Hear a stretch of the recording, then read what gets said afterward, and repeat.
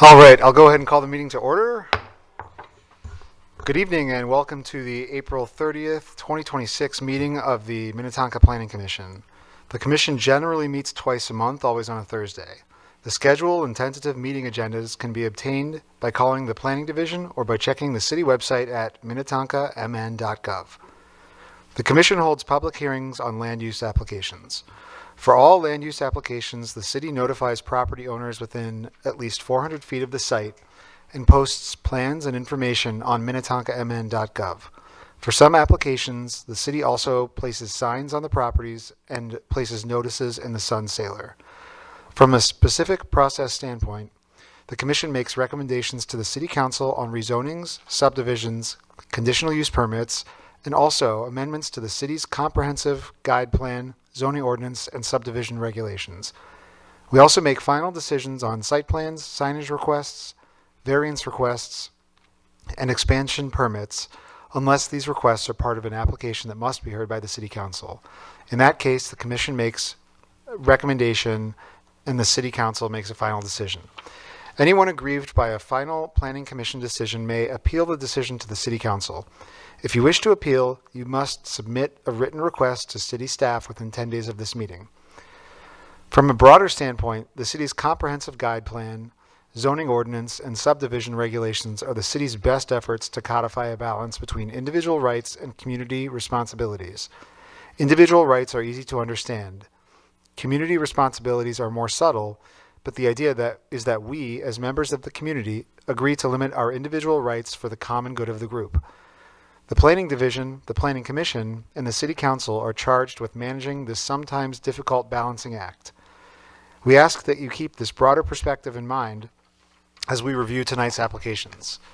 To make meetings more efficient, in 2026, the city's boards and commissions have introduced a new process for public comment. If you wish to speak at tonight's meeting, please fill out a public comment card like this one, which is available right there by the staff podium, Be sure to include your name and the topic you wish to address.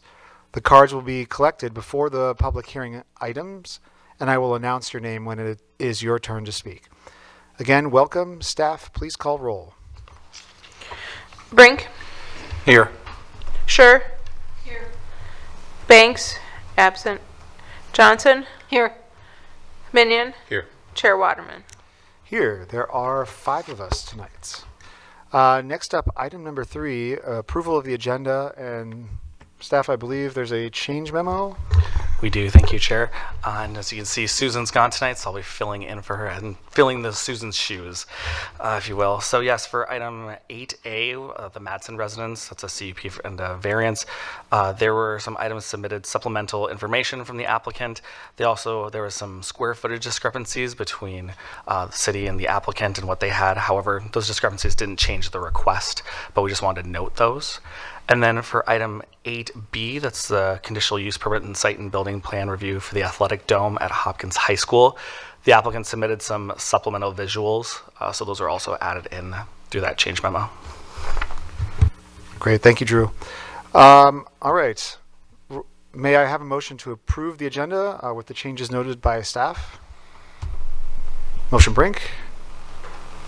Oh, second. Second Chair. All those in favor signify by saying aye. Aye. All right, motion carries.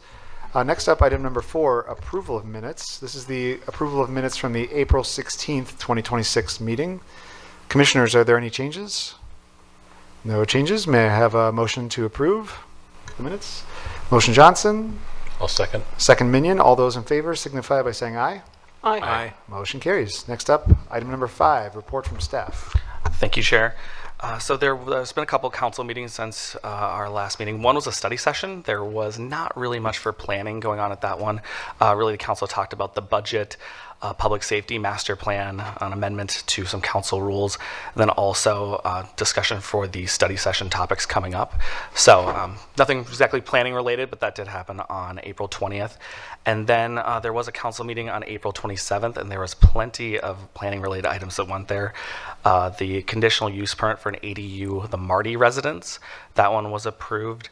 Also, there was a short-term rental ordinance introduction that occurred, so that will be coming your way at, I believe, our next Planning Commission meeting, or coming soon. That item will be brought again here for public hearing and then also for discussion. Minnetonka Middle School East, that one was the conditional use permit and site and building plan for some additions and some parking lot changes. That also was approved at that meeting. And then lastly, Fisher and Francis, that's off of 15815 Minnetonka Boulevard. That was a conditional use permit and ADU request. That was approved on a split vote of 4-3. And that was, oh, and then just a note, our next Planning Commission meeting is May 14th. So that's everything I have, Chair. All right. Thank you, Mr. Ingvelson. Next up, item number 6, report from planning commissioners. Commissioners, anything to report? Commissioner Scher. Thank you.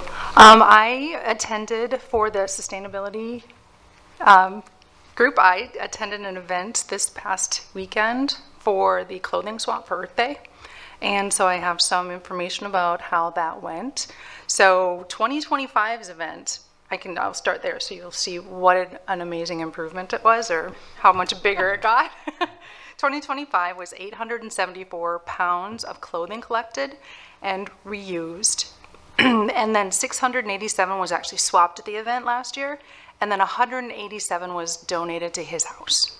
Now this year, 21 pounds of clothing was collected, 2176 was reused, 1,800 was swapped at the event, 374 donated. So 98% of the clothing was reused. And there were 11 of us there volunteering. It was amazing. And 43 hours total of volunteer time. So, thank you. Very good. Thank you for sharing. Commissioners, anything else? Commissioner Minion. Just a thank you to the city for the recognition dinner for all the different commissions. Great job. Hats off to the Planning Commission for winning the trivia. Thank you very much. And then just a shout out for the Tree Steward program. The city offers a Tree Steward program. It's a great group of people led by the city's great group of people, but a great group of people getting together to volunteer, making an impact on the environment around us. And they're always looking for volunteers. So I encourage people to sign up and get involved. It's a great group. Thank you. All right. Thank you. Seeing nothing else, we'll move on to item number 7, the consent agenda. There are actually no items, so we will move directly to the non-consent agenda, item number 8. Before we begin consideration of non-consent items, I'd like to review the steps in the process and the public hearing procedure that will be followed for each proposal. First, the item will be announced and staff will report on the subject. The commission will then ask questions. Next, the applicant will be invited to make a presentation or offer comments. Commissioners may ask additional questions at this time. After the applicant is finished, the public hearing will be open to give anyone present the opportunity to comment on the proposal. As mentioned in the call to order, there's a new process for public comments. If you wish to speak on any item in tonight's meeting, this is your last chance to fill out a public comment card available over at the staff podium. Again, be sure to include your name and the topic you wish to address. The cards will be collected before the public hearing, and I will announce your name when it is your turn to speak. I apologize in advance for any mispronunciations. Additionally, this is actually the first time we're trying this out. We have a clock, a speaker clock, at the podium. I believe each speaker will be allotted 3-minute time limit. So again, appreciate keeping your comments brief and your patience as we work that into the meeting. Once everyone has spoken, we may allow speakers to return for additional comments at larger meeting, Also, at larger meetings, we have a few things on the agenda. I see a lot of people here. Neighborhood spokespeople are encouraged, and we will up the allotted time limit for that to up to 15 minutes. I will say as a general matter, we do have a fair amount on tonight's agenda, so I'd remind commissioners and the public that really the Planning Commission's role is to evaluate applications against specific land use and zoning criteria that's outlined in the staff reports. So I ask that we keep our questions and comments focused on those criteria tonight. The first item on tonight's non-consent agenda is item 8A, a conditional use permit with rear yard setback variance for a detached accessory dwelling unit at 13131 Minnetonka Drive. And this is a recommendation that the City Council adopt the resolution denying the request. Ms. Rooney, I believe this is your item.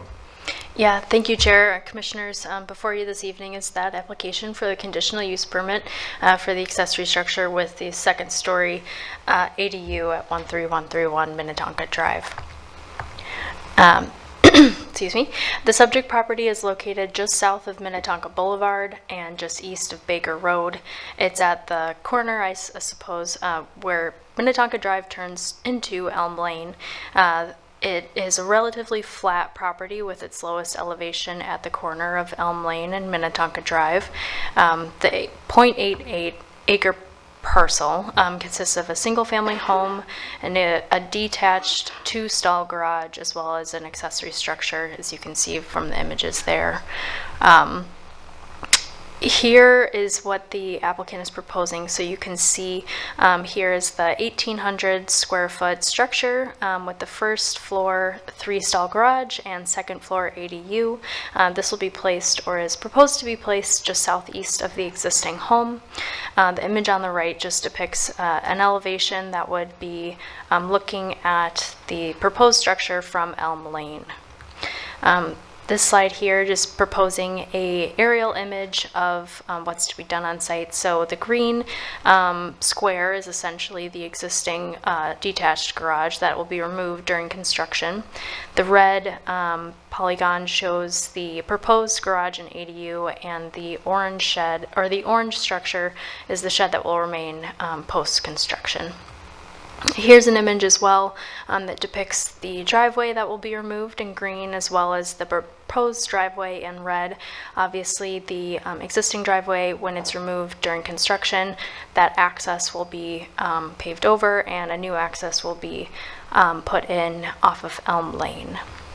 And then here is just a full scope of what the applicant is proposing on site. So you can see the driveway, the tree buffer, some landscaping areas, as well as a paver patio area, and the existing and proposed structures on site.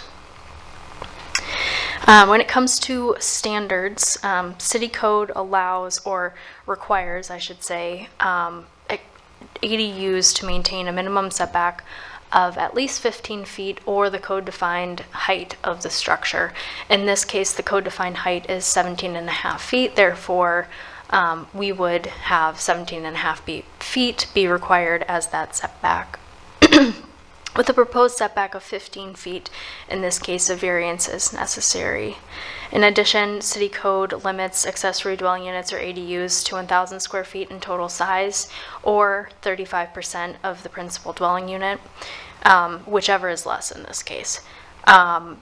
So city staff had a number that was provided by the assessing department. That number totaled 2,800 square feet. 35% of that number would be 992.6 square feet. Therefore, we're going with that lower number rather than the 1,000 square foot. When considering the variance requirements alone, the city can approve a variance from City Code standards if all of the following standards are met. So generally, the proposal aligns with the intent of the ordinance, as the proposal maintains consistent building lines and adequate spacing between structures. Additionally, the proposal is consistent with the comprehensive plan, as it would maintain and improve actually the existing setback for the garage. However, when looking at the practical difficulty standards, there isn't a practical difficulty that exists on site. So for example, while the proposal is reasonable, as it increases that rear yard setback compared to what's existing on site, and the proposal is consistent with the single family character of the neighborhood, just for the setback in this circumstance, the property lacks those unique constraints. The ADU technically could be placed closer to that front property line in order to meet the setback, the rear yard setback. Therefore, in this circumstance, this would make the variance unnecessary. And then when looking at the CUP standards alone, again, the City Council can approve of a larger ADU through a CUP if there are no undue impacts created by the construction. So when considering the size, obviously the maximum allowed is that 900 number, or just under 1,000 feet. However, the proposed structure totals over 1,800 square feet. So even when considering essentially alternative calculations to reduce the amount of space that would be calculated for the total area, the proposed structure still exceeds the maximum allowed. And then when looking at scale compared to the principal structure, the ADU under what the city determines is the total floor area would be about 66% of the principal structure's total area. So obviously exceeding that 35 limit. At this scale, from staff's perspective, it reads more like a secondary structure rather than an accessory dwelling unit. Additionally, I'll note, typically when there are other ADUs that have come in, there are circumstances where maybe the structure either exceeds the 1,000 square feet or the 35% of the principal structure, but generally never has it been approved for both circumstances. And this is something that we outlined in the last presentation at the ADU and the Fisher and Francis application. Unfortunately, despite measures by the applicant to mitigate some of the impacts on site, by our standards, the proposal doesn't meet the CUP criteria and is inconsistent with the ordinance's intent for subordinate accessory structures. I'll note, as Drew did earlier, there was some discrepancy between what the staff considers the total floor area and what the applicant considers total floor area. I'll note that staff is taking the total floor area that was provided to them by the assessing department. The applicant is obviously providing something that's a little bit higher. In either circumstance, the proposed structure exceeds the standards regardless of what number is being used. With that, obviously, there is a change memo with some attachments that I've included in my presentation as well. Staff is here for any questions that you may have, as well as the applicant. With that, I will leave the recommendation before you, and I am here for any questions. Great, thanks, Ms. Rooney. Commissioners, questions? Commissioner Minion. Got a couple of them for you. There was a line in there on page 4, if I remember correctly, that talked about the garage be used as a living space. I understand what a garage is. I understand what an ADU is. Can you help explain that? I liked your drawing with the green and the pink on it. Is that what is that part of that description? I thought it was, is the intent to use the garage as a living space, or maybe that's an applicant question? There is, I'll go back. Part of the first floor, which is depicted in blue, shows the access from, and maybe this is what you're describing, from the first floor up to the second floor for the ADU. Perhaps that was what was being confused. There is a measurement which covers the 24 by 24, which is what staff was considering in terms of, okay, what do we consider part of the ADU space and what's intended to be used for the ADU. So someone living in the ADU may be just using the one stall, if that makes sense, rather than the two. Does that provide some clarity to you, Commissioner Runyon?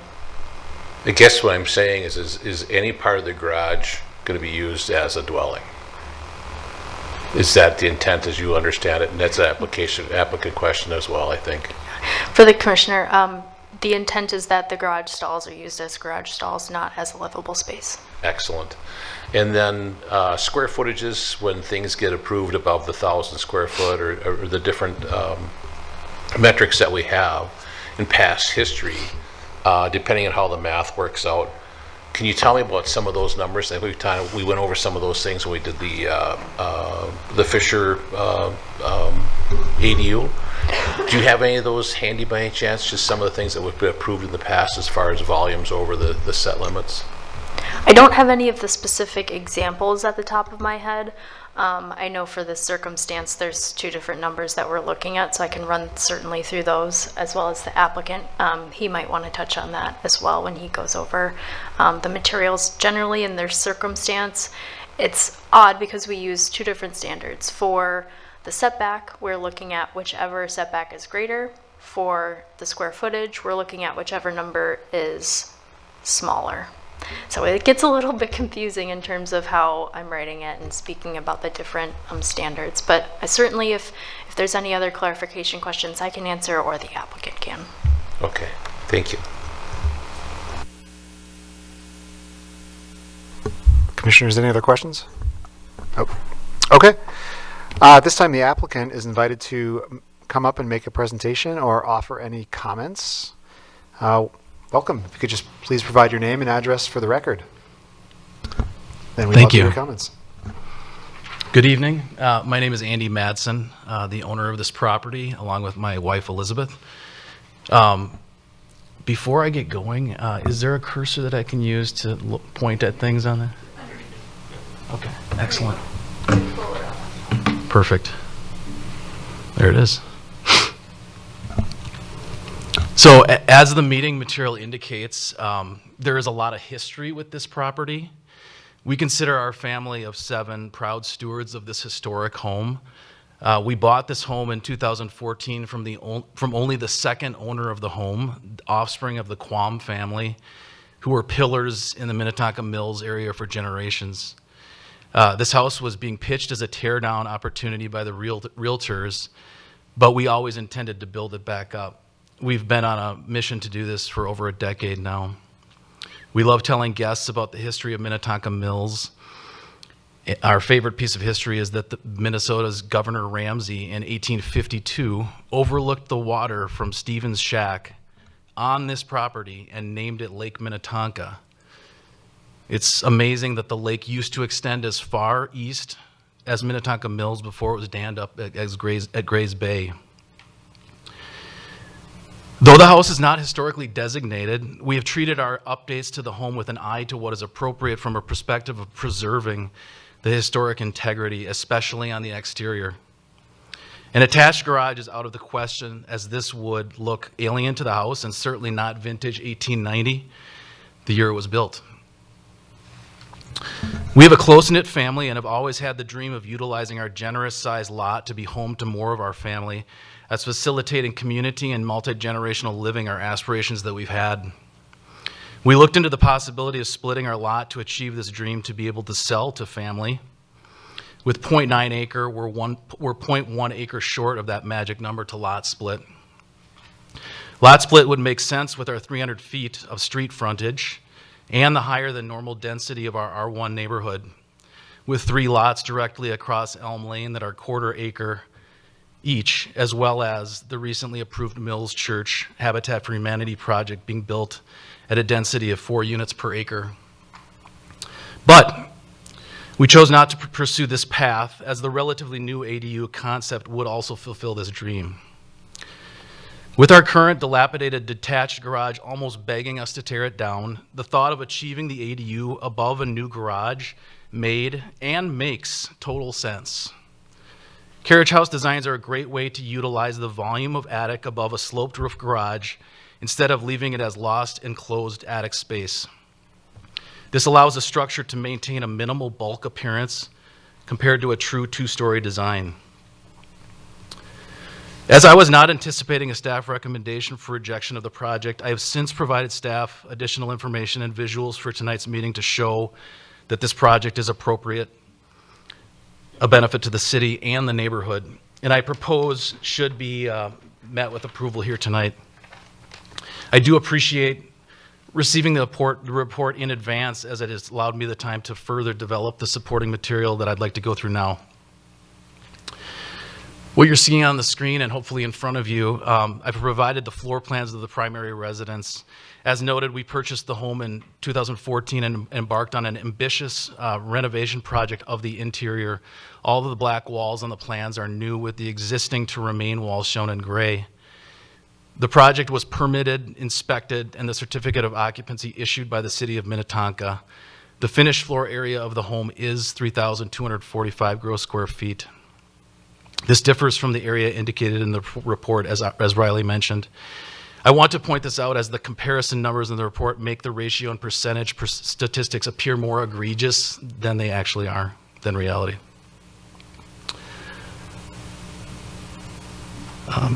There we go. Thank you.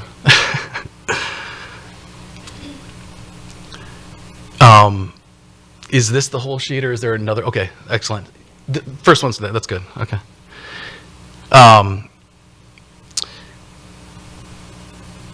Since building bulk seems to be one of the biggest concerns for staff, I took a look at revising the roof line of the east and the west sides of the house to reduce perceived bulk. This hip to roof feature is congruent with the architectural feature on the primary residence and acceptable by me, the applicant, should the commission prefer the smaller roof volume. The revised roof line reduces the height of the structure to 16 foot 2 inches on the north and the south gable elevations, having a net reduction in height of 16 inches.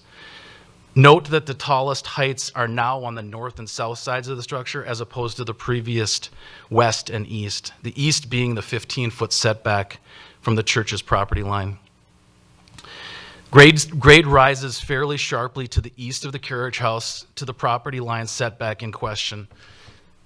The revised roof line effectively becomes an 8-foot 6-inch height at the property line because of the rise in grade. I'm circling that dimension here on the screen. You can go to the next one. Oh, this is just okay, I'm sorry.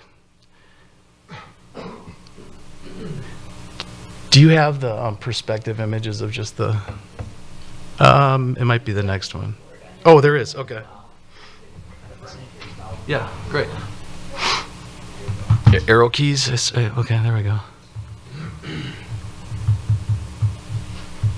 Okay, perfect. So I've provided the context of the proposed carriage house with the primary residence to show the subordinate scale of the ADU to the primary residence. I disagree with the report's findings that the ADU would be misconstrued as another primary residence. 90% of the street frontage is taken up by the overhead garage door massing. It looks like a garage to me, and with maybe a little something going on upstairs. The variance to keep the ADU at the minimum of a 15-foot setback is appropriate, even though we are possibly only considering a variance for 14 inches with the revised roof design. Due to the relatively shallow depth of the lot, the city and our goal is to keep the ADU as subordinate as possible in appearance to the primary residence. Any additional push of the ADU towards the street would be contrary to the goal of keeping the ADU subordinate in appearance to the principal dwelling. Nevertheless, I'd like the commission to know that if the variance is a sticking point, the applicant does not want 14 inches to get in the way of a potential approval.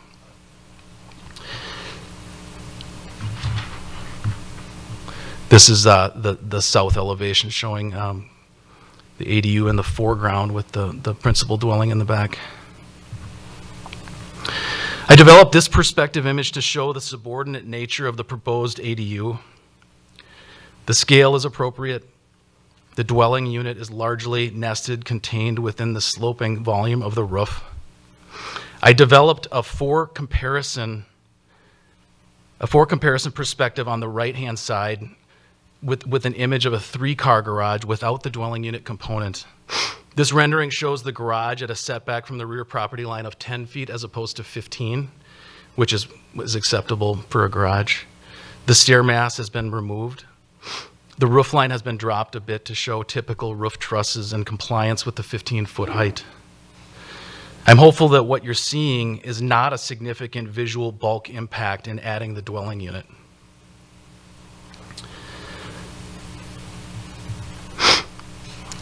This exhibit was developed to show that this dwelling unit is by no means exorbitant or far exceeding of the basic requirements of a livable one-bedroom residence. Minnesota Housing Finance Agency funds the majority of affordable housing projects in the state of Minnesota. MHFA has developed design standards for rental housing that they fund. These standards establish minimum requirements that each dwelling unit is to include in order to comply with and be eligible for their financing. In the diagram, I highlight some of the minimum requirements and how they compare to this proposed one-bedroom dwelling unit. For example, MHFA requires a minimum dimension in the living room of 11 foot 6. This red box in the living room shows the minimum area relative to the space. Secondly, MHFA requires a minimum dimension of 10 feet in the primary bedroom and a minimum area of 115 square feet. This red box shows this minimum area. MHFA requires a 3/4 bath minimum. This is what we are proposing. In addition, this exhibit tells the story that working within the volume of a roof, there are areas of the floor plan that have sloped ceilings that are less than the code required 7 feet and as low as 4 feet. I'd like to just point those areas out. It's basically everything to the outside of these blue lines. These blue lines identify the 7-foot ceiling mark in these areas. So everything below that or above that in these 4 cases are between 4 feet and 7-foot sloped ceiling. These low headroom areas are a great way to utilize otherwise unused attic space and great for locating an entertainment system, a couch location where you're always in a lower sitting position, or for the head of the bed, but this should be discounted area. In my estimation, it should not be considered one-to-one floor area with actual code compliant floor area with a minimum head height of 7 feet or more. The area in green, that's kind of this, you can see it. The area in green shows the code compliance head height area with ceiling at 7 feet. Effectively, the code complying usable area of the ADU is below 600 square feet. Minnetonka likely does not have a lot of homes with detached garages. I know there are, but as the larger lot sizes typically afford this amenity. Due to the historic nature of this house, an attached garage would not be appropriate nor desirable for us as we strive to enforce our own self-policing guardrails for what is appropriate for this historic home. A 3-car garage is likely normal or expected for a primary residence of 3,250 square feet.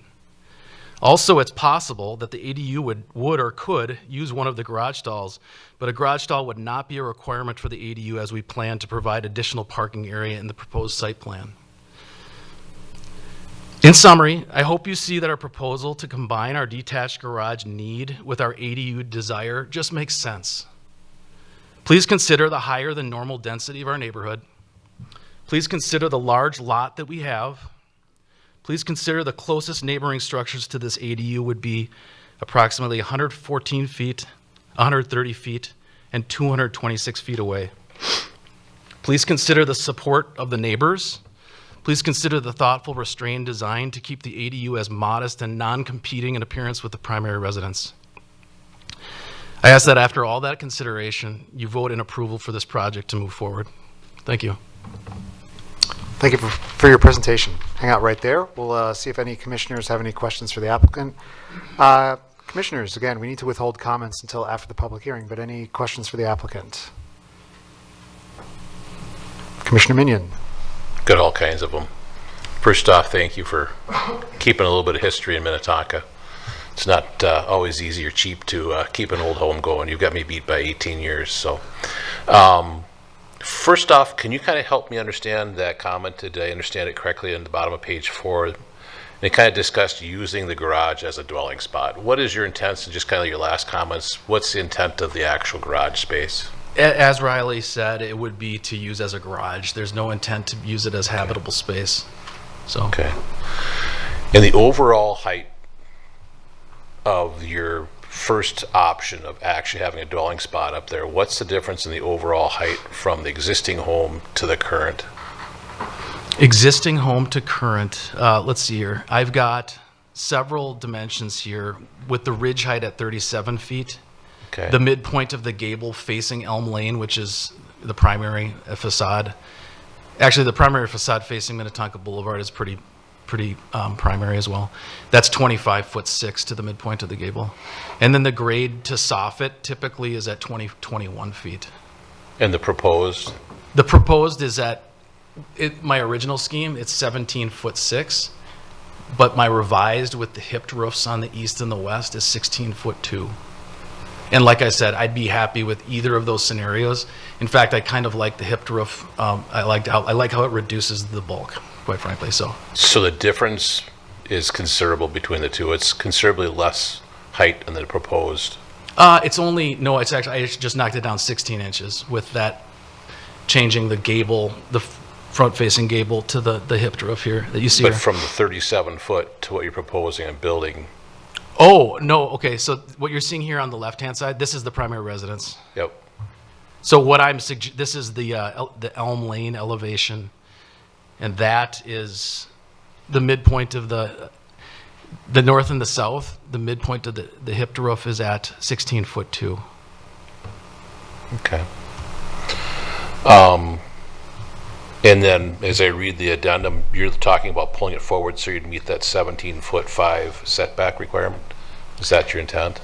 If we go the route of the hipped roof, we would just do the 16 foot 2 setback. If the variance is a sticking point. So. Okay.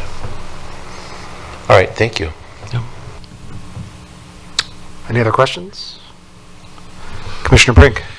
Yes, in the staff report, we had an exhibit that showed landscaping for the property. I mean, we talk a lot about the ADU and the subordinate and the primary residence and, you know, how those look next to each other. So is there an exhibit we could look at for that, how it's ultimately going to look from above? I don't know if we have a good visual from above. This might be the best visual in terms of showing what would be on site.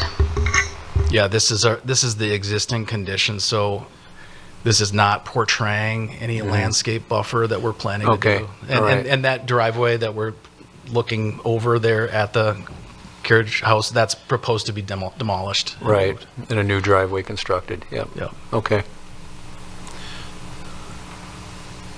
Any other questions? thank you. Okay, thank you. Might have you back up. All right, I will now open the public hearing for this item. I actually don't have any public comment cards submitted for this agenda item. I just wanted to double check just to make sure I got that right. Okay. Seeing no comment cards, I will go ahead and close the public hearing on this one. Bring it back to the commission already for any other questions or comments. Who'd like to go first? Commissioner Brink. Yes, for staff. There were notifications sent out to the neighborhood, to nearby property owners. What kind of responses did you get back? Commissioner Brink, there were no comments from neighboring residents or people in the community after postcards were sent out and it being put on Minnetonka Matters as well as in the Sun-Times. Okay, thank you. And then one other question, and this is in regards to the total square footage. You know, weighing the square footage of the garage space versus the living space, you know, they're added together. Has there been times in the past where we've kind of separated those out? I mean, you actually provide that for us in the report here, but how often? I mean, I just don't want to set any dangerous precedents here, but Commissioner Brink, we don't typically separate the two out. We consider ADUs as the total square footage regardless of what is part of the structure. So if it was just the ADU, it'd be a completely different situation, but it isn't. And in this case, part of the whole structure includes the garage. okay, thank you. Commissioner Johnson. Thank you. If this were just a garage, a three-stall garage, what's the maximum size in Minnetonka that it could be? And how is that different from the proposal? Yeah, Commissioner Johnson, we allow our accessory structures to be up to 1,000 square feet. So it would be a very similar situation. If the garage was over 1,000, then a CUP would be required. Thank you. Any comments, commissioners? What are we thinking on this one? Commissioner Minion? Drew, this brings back a lot of memories. Drew is wonderful. He holds a tight line, and I very much appreciate that about him. But I did this a number of years ago in my home, and Drew is a great guy to work with. Just as a side note, but I look at this and I have to say, to have an existing property line setback at 7.5 feet, I'm going to make the assumption that this home was built and then lot lines were probably set in day 2. So to improve that to 15 feet or to 17.5 feet, I think is a win. I'm in favor of either of those numbers. I'm a big supporter of larger garages. I think the 24 by 24 is too small. I like larger garages, mainly because it's an American condition. We collect a lot of things we don't always use or need, and it really bothers me to drive around the neighborhood and see people's, well, to be nice, junk laying in the yard. I think a larger garage is a good thing. I really do like the scale of both proposed, the visual off the street, and I do have the argument made by the applicant that basically if you put in knee walls, we would be able to, this would be a different numbers game. Effectively, if you just threw a knee wall in at that 4-foot level or even 7-foot level, it would be a different game. I believe that would be correct. Is that right? If he put in knee walls? Commissioner Minion, I'm a little bit unclear of what. So if he went to say 7-foot ceiling height, put in a knee wall, that would reduce his overall square footage, livable square footage down to under 600 feet. Is that a correct assumption? I don't believe so. Even if there's a second floor, we're taking the square footage of both the first and second floor regardless of the height. Whether it's usable or not, you're saying? Correct. Okay. Either way, I do like it. I think its scale is nice. I think the neighborhood is changing and there's other tall buildings around. I know that we've approved things that were more square footage than the allowable in the past. I don't think we've ever approved anything that's 739 square feet though above. I'm not an expert in everything we've ever approved, but I'm in favor of it in general. I see a lot of great things with it, and I think it'll add a lot to the neighborhood. The diversity of the housing stock, I think this is a really nice place for somebody to live, and I think it fits well with the neighborhood. Okay, thank you. Other commissioners?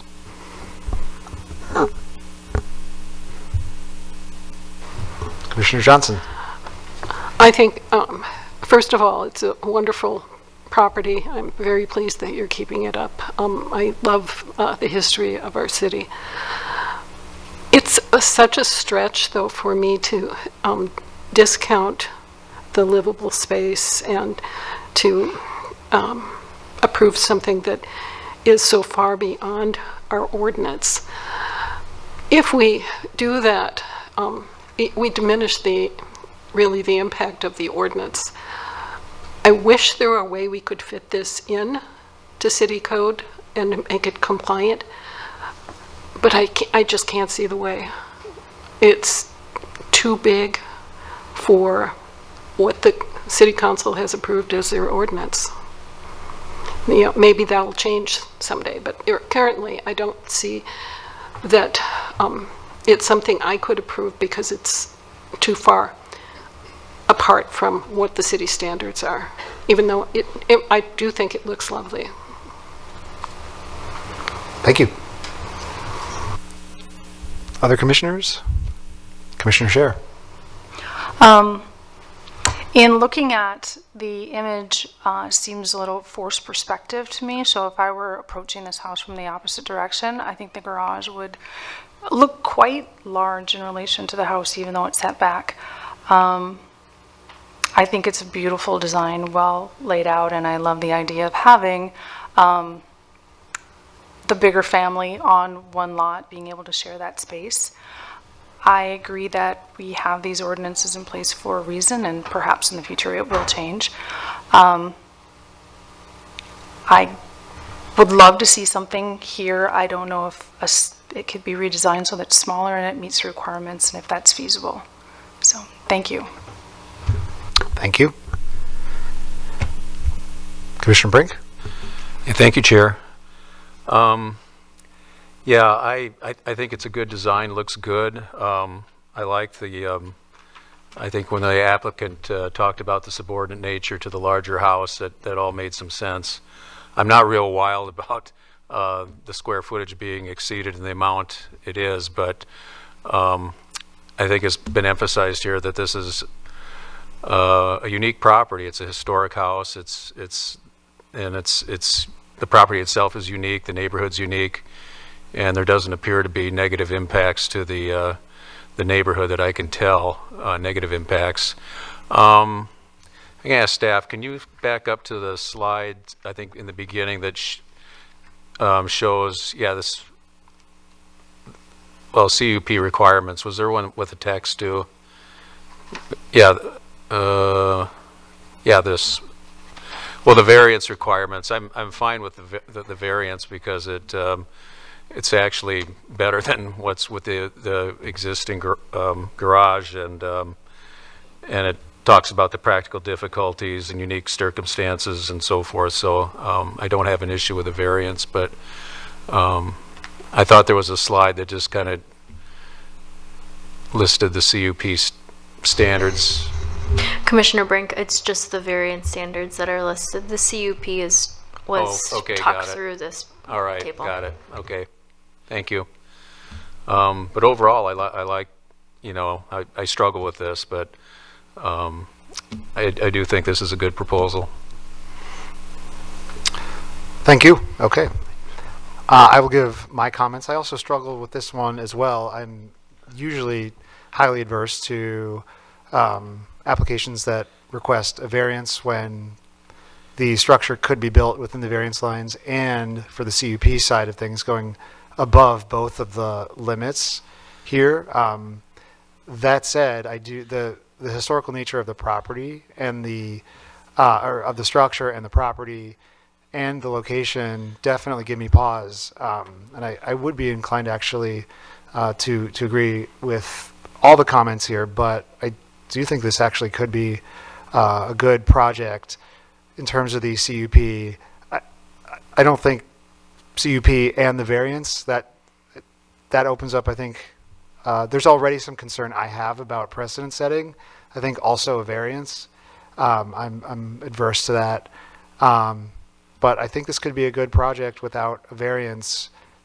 It's outside of the box that I would usually approve even recently, and I know we've seen a couple of these, but I do think this one is unique in that regard. So this will be interesting. My thought is we should probably, I'm curious if there's a motion, and maybe we have a motion as it was listed in the staff pack, just to see, and just to be crystal clear, this is item 8A. This is a motion for a conditional use permit with rear yard setback variance for a detached accessory dwelling unit at 13131 Minnetonka Drive. This is a recommendation that the City Council adopt the resolution denying the request. Would anyone like to make that motion? I'll make that motion. Motion Johnson. I'll second. Second Cher. Staff, please poll the commission. Brink? Make sure I get this right. No. Okay. Sure. Excuse me. Yes. Johnson? Yes. Minion? No.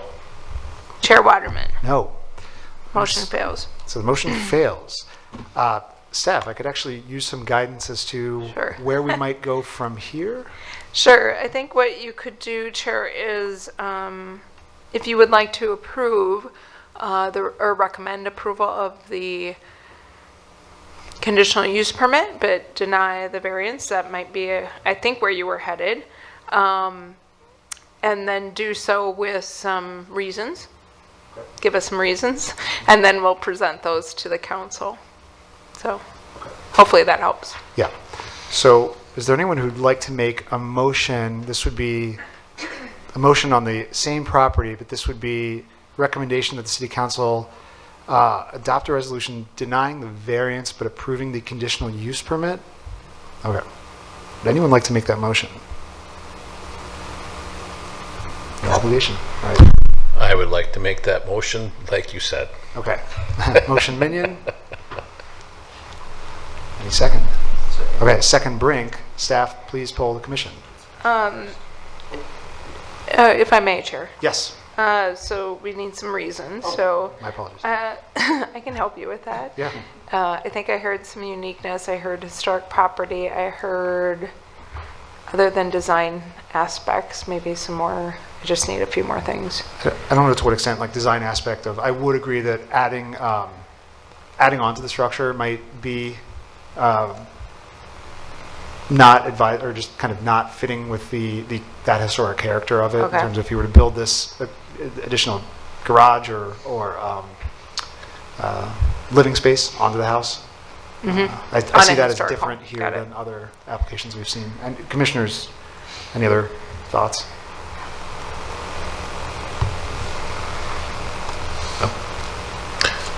Do you think we need more, or One more would be great. more? Just to think make that- sure the record's I clear. think that the fact that the scale looks appropriate, the distance from the street looks appropriate, it fits with the neighborhood, and it fits more character. particularly with the house. With the age of the house, I think it does a good job with the character of the house. And I do think the fact that the property lines were set after the home was built is kind of a big, important part of the uniqueness to where we're going with as far as the setbacks and stuff go. But in general, the scale looks like it's right on. It's just a little bit physically larger than what our rules allow, but we definitely, I think it's a great, unique opportunity for somebody to have a home. Okay, thank Thanks, you. Commissioner Minion. Yeah, and I would, echoing that, just that Minnetonka Mills area. I think Mills area. is particularly unique. Okay, thank you. Okay, so with that, I'm happy to repeat the motion, but I think we No, had. you don't No, we have had two. Okay. You don't have to. All right, I staff, have please it. poll the commission. Brink. Yes. Sure. No. Banks is absent. Johnson. No. Minion. Yes. Chair Waterman. Yes. All right, so the motion fails. I'm not. No, the motion passes. Motion, okay, simple majority. Simple majority. Okay. Because it's a recommendation. Okay, and so then that would be a recommendation to the city council they will consider on May 18th. Okay, thank you. All right, moving on to item 8B. Give me a moment here.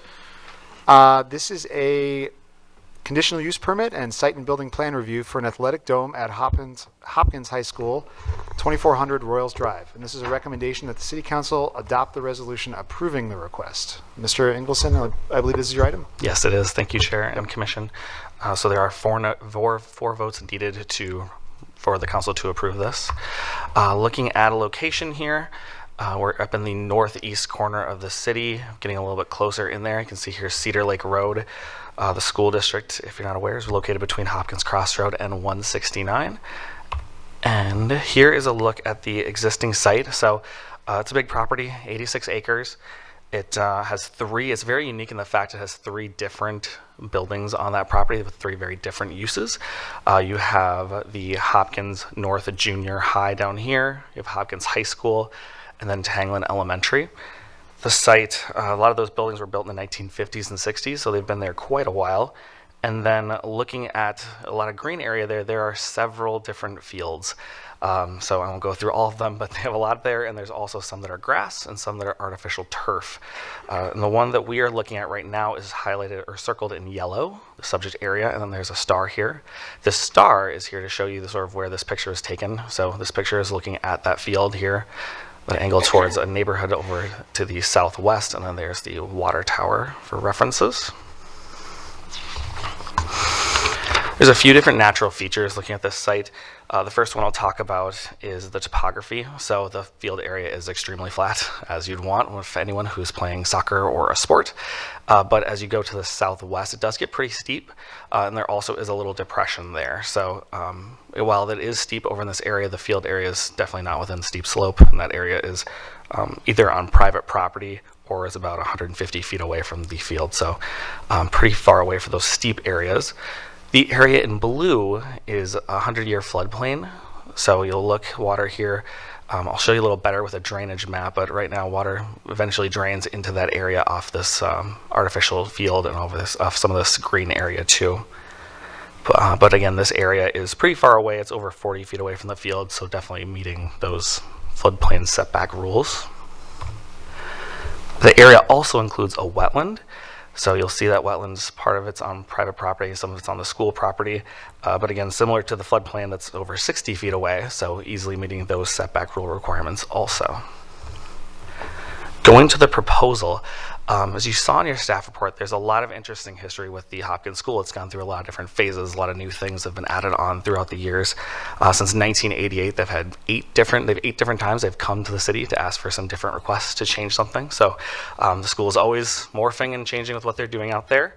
And as the most recent one that was very interesting, not recent, back in 2003, so about over 20 years ago, there actually was a thought to have this exact request here today. There was a part of a request they were doing was for some other fields and some other work they're doing out on the property, but they didn't envision long term that this turf field area would be a dome. It'd be, I think in the report, if I'm remembering right, 64 feet tall. So pretty similar to what we're seeing here today. But this area has been envisioned for this use for quite a while, looking back over 20 years ago. Oops, one too far. So what the applicant is looking at doing is adding, again, a dome here, and then there's two permanent buildings, I'll call them. One storage, and then one is for a support building. And then this over here is not a building, it's an area that's fenced off for mechanical equipment. Then here's a look at that dome that's being requested. So it is, to total height of the structure is 67 feet, which in our code, the requirement that if you're looking through there, it's 35 feet for the tallest structure. But our code, like we've talked a lot here today already, our code measures height very uniquely. We measure it to the midpoint of the pitched area. So just like was looked back in 2003 when they looked at this, we don't measure that and call this a 67-foot tall structure. We measure from the midpoint of the curved area. Now this is unique because a lot of homes will have two walls and then a pitched area on top, and we just measure the midpoint of that pitch. But when the entire structure is curved and pitched, we take the entire pitched area, which in this case is from grade all the way to the top. So instead of this being a 67-foot structure by code definition, it's 33 and a half. So it's measured to, and you can see it right here where it's measured to the midpoint of the area. So if you were wondering a little bit on that one, that's how we've done that. We've done that not only for these structures for domes, but there have been other ones. I can think of one where it's a very unique curved roof, a barn that we had in the city, and we measured this exact same way. So while it was quite a bit taller than what you'd envision for a 12-foot structure, in that case was the minimum for that, we had to take it from that midpoint. So we've used that for several different things similar to this one too. Here's some graphics that were provided by the applicant showing what that structure looks like, would look like, and then also what that support building would also look like. So they show the entire structure is 78,000 square feet, so it's going to cover that entire field. And then it's going to be made with sort of this light white gray fabric. And then the school district has talked about having it up about half the year. So during the cold months it would be up, and then during the warmer months it would actually be taken down, so it would not be up year round. Here's a look at that support building.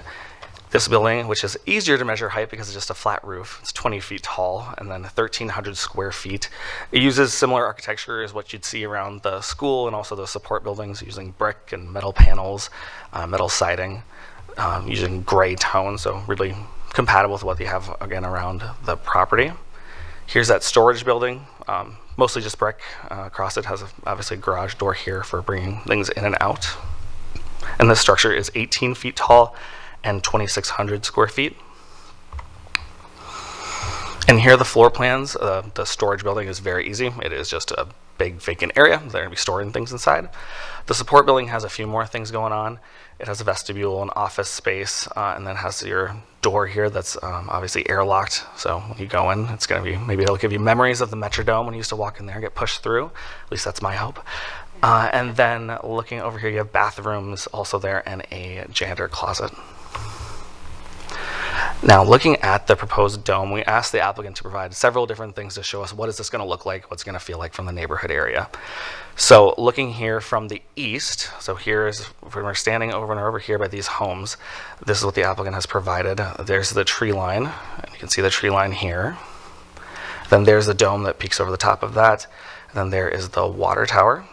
Also, they showed one from the facing north, so standing on the south side. Here is the Hopkins junior high parking lot. There you get into the trees, and there you get to those existing homes. Here's some, again, this is the one that we looked at before, but just to look at it a little closer, here's that tree line we talked about. Behind there and above, so both above and behind, it's about 25 feet higher up here where these homes are, 25 to 35 feet above the grade of the field. But there's the existing vegetation that was taken about a couple weeks ago. And then this is the existing buildings that are already out there, their concession stand and storage building. And there's the football field. One other last one that we got from that the applicant submitted was a couple of pictures. These ones show some other pictures that were submitted within the change memo, but also one that was important to see was what it looked like from a back of a neighbor's property. So looking at this highlighted yellow picture, this is looking to the northeast, and here's the dome. It was a little hard to see with the gray sky, but the outline in yellow is the top of that dome. So showing what this would sort of look like through the trees, because there's quite a bit of vegetation here in this area. Lastly, drainage. I said I'd come back to this, so I am keeping my word. The existing drainage on the property is pretty straightforward. So you have the field, and then there are catch basins all the way around the field surrounding it. All that water is caught and collected, sent through pipes, and then sent south to that floodplain area. So what currently is happening today. What would happen with this is there would be some new pipes installed that would sort of follow that same system, but sort of just curve around all those buildings. So the area in red you can see are new pipes that would connect to those existing ones, and they would still drain to the same area. So after all this review, staff is recommending that the City Council adopt the resolution approving the conditional use permit and site and building plan review for the athletic dome and attached buildings at Hopkins High School. For three reasons. Number one, the proposal would meet all of the city code requirements for protection of natural resources, including slopes and wetlands and floodplains. Number two, the proposed additions would be reasonably buffered from the neighboring properties, as shown with all those different graphics of the vegetation. And then third, the proposed support and storage buildings use similar materials and are in the architectural style as existing buildings on the site. And the athletic dome, while not in that same architectural style, would be consistent with the site's athletic complex character. So with that, I turn it back over to the chair and commission for any questions about this application. Great. Thanks, Drew. Commissioners, questions for staff? Commissioner Scherer? Yes, thank you. A quick question. Is the material that's on this dome translucent? Are you seeing light? Yes, Commissioner Scherer and Commission. So that was something the staff had asked before about the applicant. They did not submit an official material. There was something shown in there as part of an example that was going to be, there's an example that was provided sort of later in the walkthrough because we had those same questions. We can ask the applicant tonight a bit more about it, but I was informed that it would not send light through it, through the existing material. So short answer is no, it would not have light go see through it based on what the applicant submitted.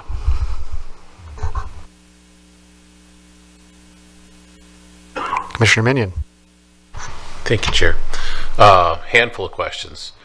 ADA doors to access this. I see the spinning door like you talked about, the Metrodome. Is the swing door also access the same area, or will the turnstile be an ADA capable door? So this hasn't been reviewed by the building, Commissioner Minion and Commission. This has not been reviewed by the building official yet. So they usually see that later along the lines. I will assure you that they will meet all ADA at this time, but hasn't been reviewed for ADA compliance at this moment. And did I understand the code correctly when you said 35 foot would be a mid-height rule, so effectively 70 foot elevation would be correct? And we're at 67. Commissioner Minion and Chair. Yes, that's something we talked about very early in this process with the applicant. We went over those height requirements, so they built I'm assuming they made this to make sure that it would meet those requirements. And just as a quick refresher, that water tower, how tall is that water tower in comparison to the property? Yeah, it's a pretty big difference between the two. So that water tower that we are looking at over here, this would be 125 feet from the bottom to the top, but it's even higher than that. This water tower is built up about 25 feet higher than the grade of the field. So if you're comparing the height of these two, this is, if we're talking about 0 as the field, this top of the structure, the water tower is 150 feet about, a little bit more. This one's about 60, this again 67. So the water tower is twice the height, so more than twice the height is what we're looking at if you're sheerly looking at the two spots.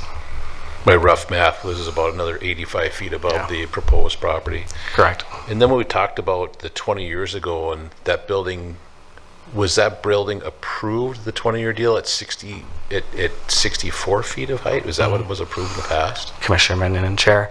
At the time when that came through, it was something they visioned for the future. So it wasn't a part of the official approval package because they didn't end up building it, obviously. It was something they thought about, brought up to the commission. It seemed like there wasn't, and the city didn't have much of an issue with it at the time, but it wasn't approved at that time. So that's why we're here today. Okay. But basically it was about 3 feet difference if it was going to be approved. Am I understand that right? Correct. What they Okay. envisioned for it. And the current surface of the playing field, the fact that they have drain tile around it, is it impervious or not impervious? So it is artificial turf field, and that's a little bit in the eye of the beholder of how the water goes into it, because water does go through it, but it does get caught and gets moved around. So we've looked at it for those requirements. I think for the practicalness of this, I wouldn't get too deep into the details on that question because it has been reviewed and we've looked at stormwater for it. So I would say it's going to sort of drain the same as it currently drains. That's where I'm going with it. Thank you very much. Commissioner Brink. Thank you, Chair. These domes like this seem like there's been quite a few of them built in the metro area, and they're very popular, and I think they're well received. Maybe this is a better question for the applicant, but is this dome pretty consistent with what we see at other schools, athletic facilities, or is there anything unique about this, aside from, what's consistent with domes of this nature? Commissioner Brink and Chair, I can only speak to my own personal experience. I used to live very close to Eden Prairie High School, and this seems very similar to the one that they have there, similar to the other ones I've seen around the area. I think that would be a good question for the applicant to see if they've compared them to other ones, but it seems, in my opinion, pretty similar to other ones at other high schools. Okay, thank you. All right. Seeing no other questions, at this time the applicant is invited to make a presentation or offer comments.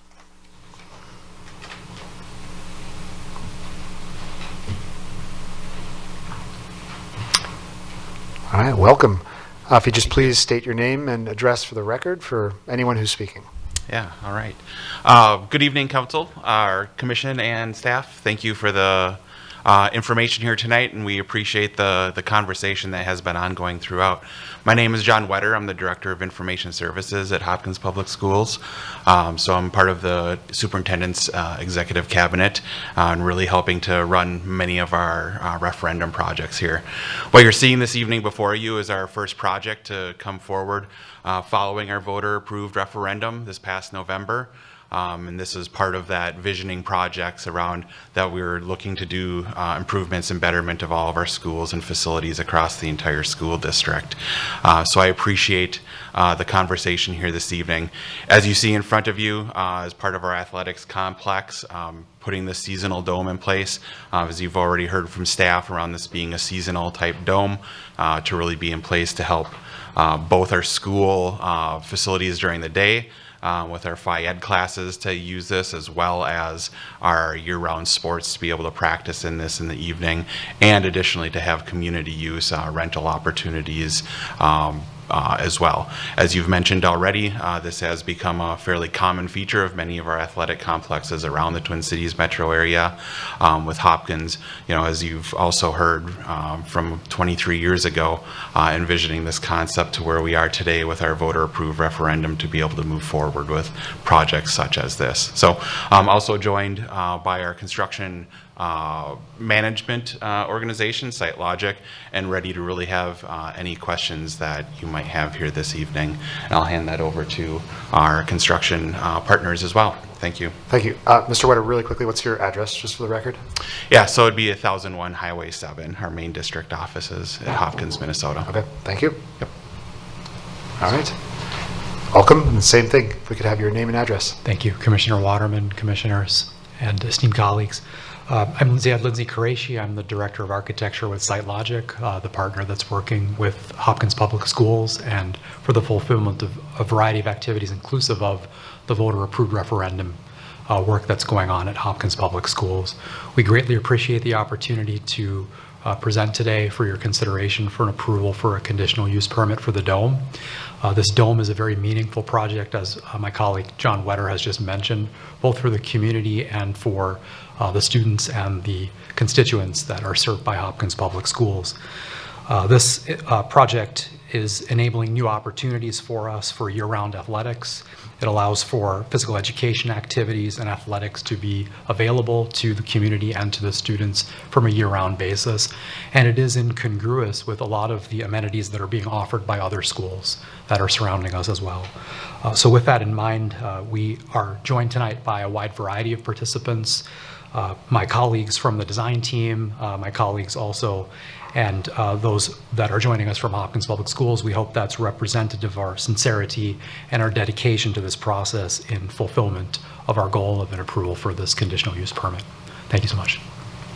Great, thanks. If I could actually get your address, and then if you want to hang out here, we'll see if there are any questions from the commission. Absolutely. It would be 1600 West 78th Street in Edina for SiteLogic. Okay, thank you. Commissioners, any questions for the applicant? Commissioner Scher? Yes, just the translucency, so there would be no light coming out of this dome during night games, night practice things. Yes, that's an excellent question. I'm joined tonight by Michael Moore, who is a representative of Yaden, who is the manufacturer of the dome. And Michael, if you could offer any clarity regarding the translucency of the dome, that would be helpful. Sure, yes. Yeah, if you come up to the podium. No need to be formal, but we do need the name and address. Hello, yes. Good evening, everyone. Michael Moore with Yaden Domes.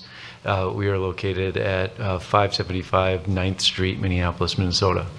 To speak above the translucency, we do offer a translucent product, but in this case, we also have an opaque product, meaning that there is zero light transmission through the membrane itself.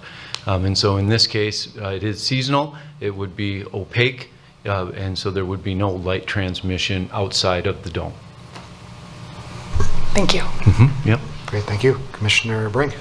Yeah, just a quick question. When you say seasonal, is that like, it'll be up like, say, November to March, November to April, something like that? Yes, that's correct. The way that the code reads is that a seasonal dome can be up for 180 days per calendar year. And so many of the seasonal domes that you'll see around the metro area are just that. Yeah, I just wanted to confirm because all the exhibits show nice green leafy trees around the dome, so I don't think it's typically going to look like that, right? Yeah, sure. Yeah. Well, maybe early spring if we ever get one. You never know. Yeah. All right, thank you, Commissioner Brink. Commissioner Minion? Just back to the question I asked earlier about ADA accessibility. Oh, sure. I see that we had the rotational doors. Is there going to be that swing door? Is that going to be an ADA accessible type of a situation? Yeah, great question. So both the main entrance through the support building has the revolving door, and then just next to it, it also has an ADA compliant personal airlock. It is two separate doors because the dome has a positive pressure. You must open one door, enter, close that door, and then proceed through the following door. That is ADA compliant and does meet both the window height viewing and the space in order to circulate around. In addition to that, all of the exit doors around are 40-inch clear, allowing for egress as well that meets ADA compliance. Okay. If there was to be a power outage, what would happen to this property? Great question. So all of our domes that we supply also have a natural gas standalone backup generator that is located directly on the mechanical pad, and that allows for full inflation and heating should that power outage go during a snow event or a winter event. In addition to keeping the dome inflated and heated, that also powers egress lighting to 1 foot candle per code. So to allow you to be able to see and be able to get out through those exit doors. Is this design set up with a double layer where you push the heat through the layers to do snow melt first, or is it a single layer product? It is a dual membrane. It is an exterior thicker membrane with an interior acoustical membrane, but that is all held up with positive pressure, and the heat transmission is through both layers. Okay. Point is do you have a snow melt? Correct. Correct, yes. The design of the mechanical units is to be able to put enough forced air into the space to transcend, melt, and shed the snow off to the sides. Great, thank you. Yep, no problem. All right, any other questions? I have none. Okay. Thank you all. Great, thank you. Might have you back. I'll go ahead and open the public hearing.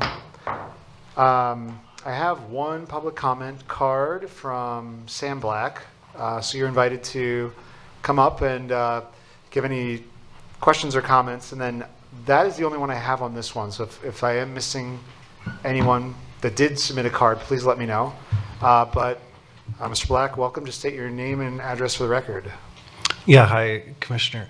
My name is Sam Black. I live at 2265 Cape Cod Place, pretty much across the street from Tangan Elementary School. So I can see the dome from where I live, and also my kids attend, right now they attend Hopkins High School. So we use and are part of that park and have been as they've gone through elementary, middle school, and high school. So we're extremely familiar with it. I also walk my dogs right by there about every day. So my time is going quick. I have about a page full of things, and I'll try to make it as fast as possible.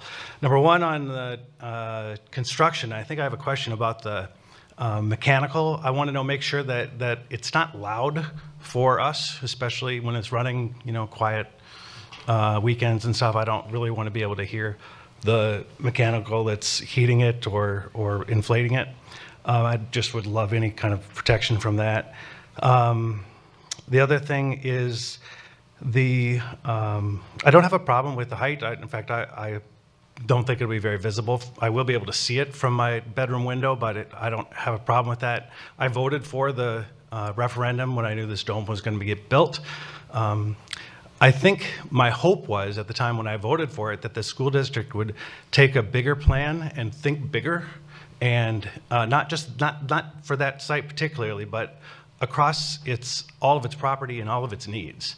They're kind of going this is a sort of a small scale quick fix for some project that's 25 years overdue. And so they're doing it that way. I've asked the school district a couple of times when they've done projects on this campus for a plan.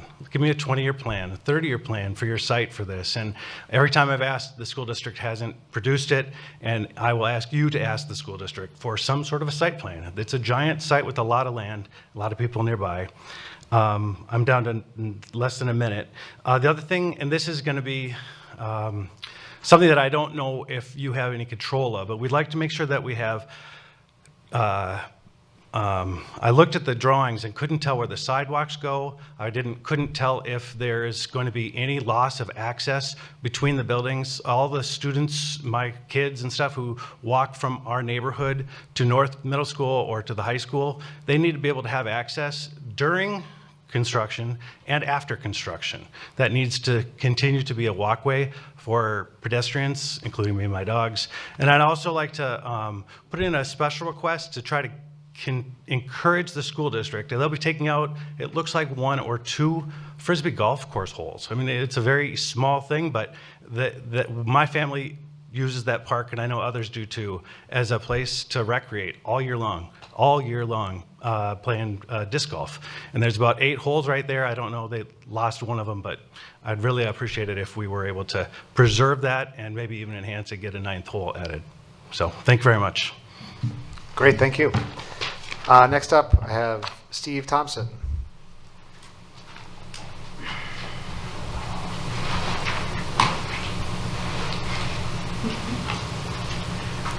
Hello.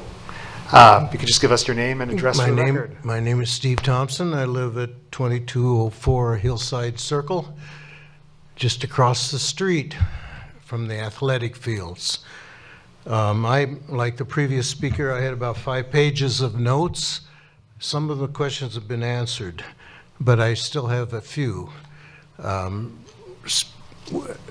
most pressing right now is I need more information about the blower system.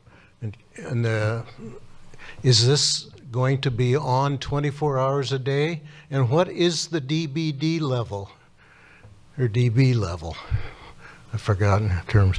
How far away from the dome do you have to get before it is quiet again? I haven't seen nothing on that. Thirdly, the school district needs to have a more comprehensive plan on parking.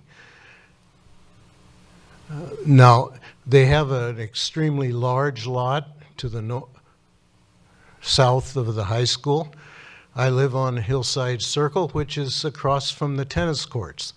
Tonight, there were 4 buses, 60-person buses parked on Hillside Circle. Apparently, their children that they transported are at I think it's a track meet. I'm not sure. But the consent or the feeling is among the residents is that no matter what's going on wherever in the school grounds, it's closer and easier to park on Hillside Lane. And kids will even hike over the fence, the chain link fence. But I would like to see a better plan on controlling traffic. They do have some fairly large, significant parking lots, and there is still some green grass that could be converted to a parking area in the athletic complex. You got to make choices. If you want the people to come, you got to provide a place for them. I don't feel it's my job to provide parking in front of my mailboxes and my driveways all summer and all spring for people that don't want to walk from the existing parking lots. And those are my two burning issues when I saw this.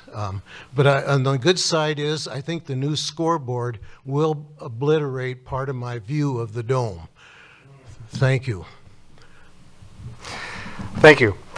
All right, I will go ahead and close the public hearing. The applicant is invited to return. We heard several questions, actually, that I'm going to go ahead and ask. So if one of you might come up here, I'm going to bunch some of these together. Or any of you are welcome to come up here, and then commissioners, if you could help me just make sure I didn't miss any of the more critical ones. These are in no particular order. Is anyone able to provide more information about the blower, whether it's on 24 hours a day, the decibel level, how far away do you need to be for it to be quiet again, and just sort of, I guess, related question about just on the mechanicals, and is it loud? Sure, yeah, completely understand. So when we have done decibel readings on an unscreened unit, it is typically right around 50 to 60 decibels when you are 70 to 80 feet away.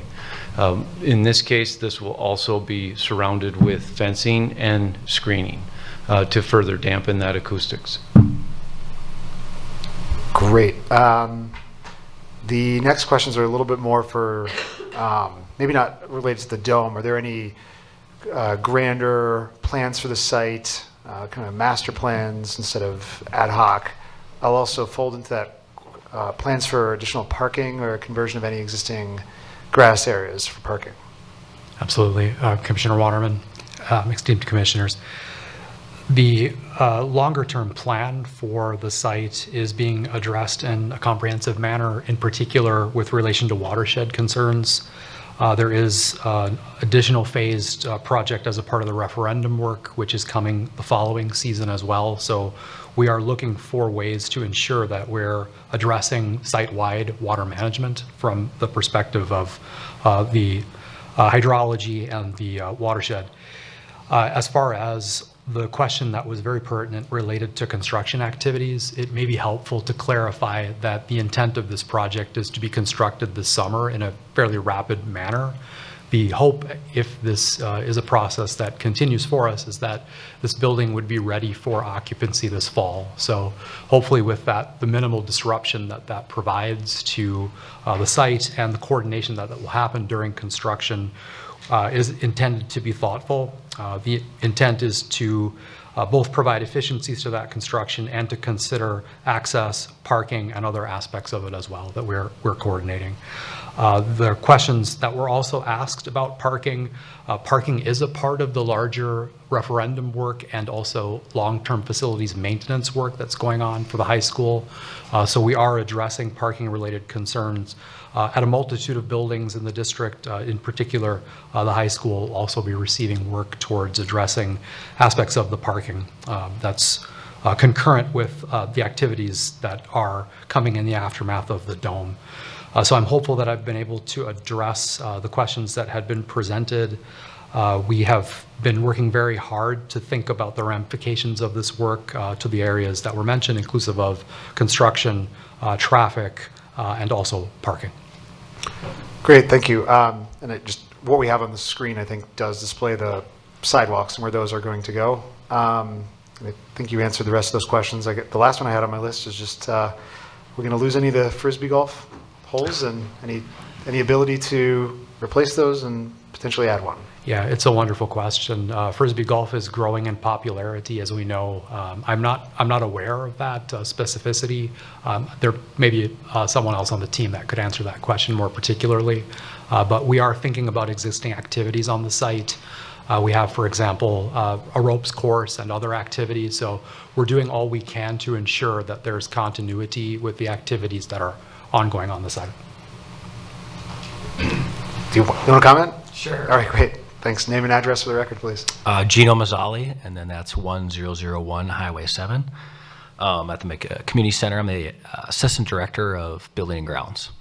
So we would not have any interest in eliminating a hole. If we're going to take one of the Frisbee golf course holes, we'd like to add that back 100%. As of right now, we currently don't have it in our plans to add holes, but by no means would that be a closed door that we wouldn't be open to discussing that. Great, thank you. Yep. Okay. Commissioners, on to us. I think that was all. Any questions I missed from anyone? Okay. Questions? Questions, comments? What do we think? Anyone? Commissioner Johnson.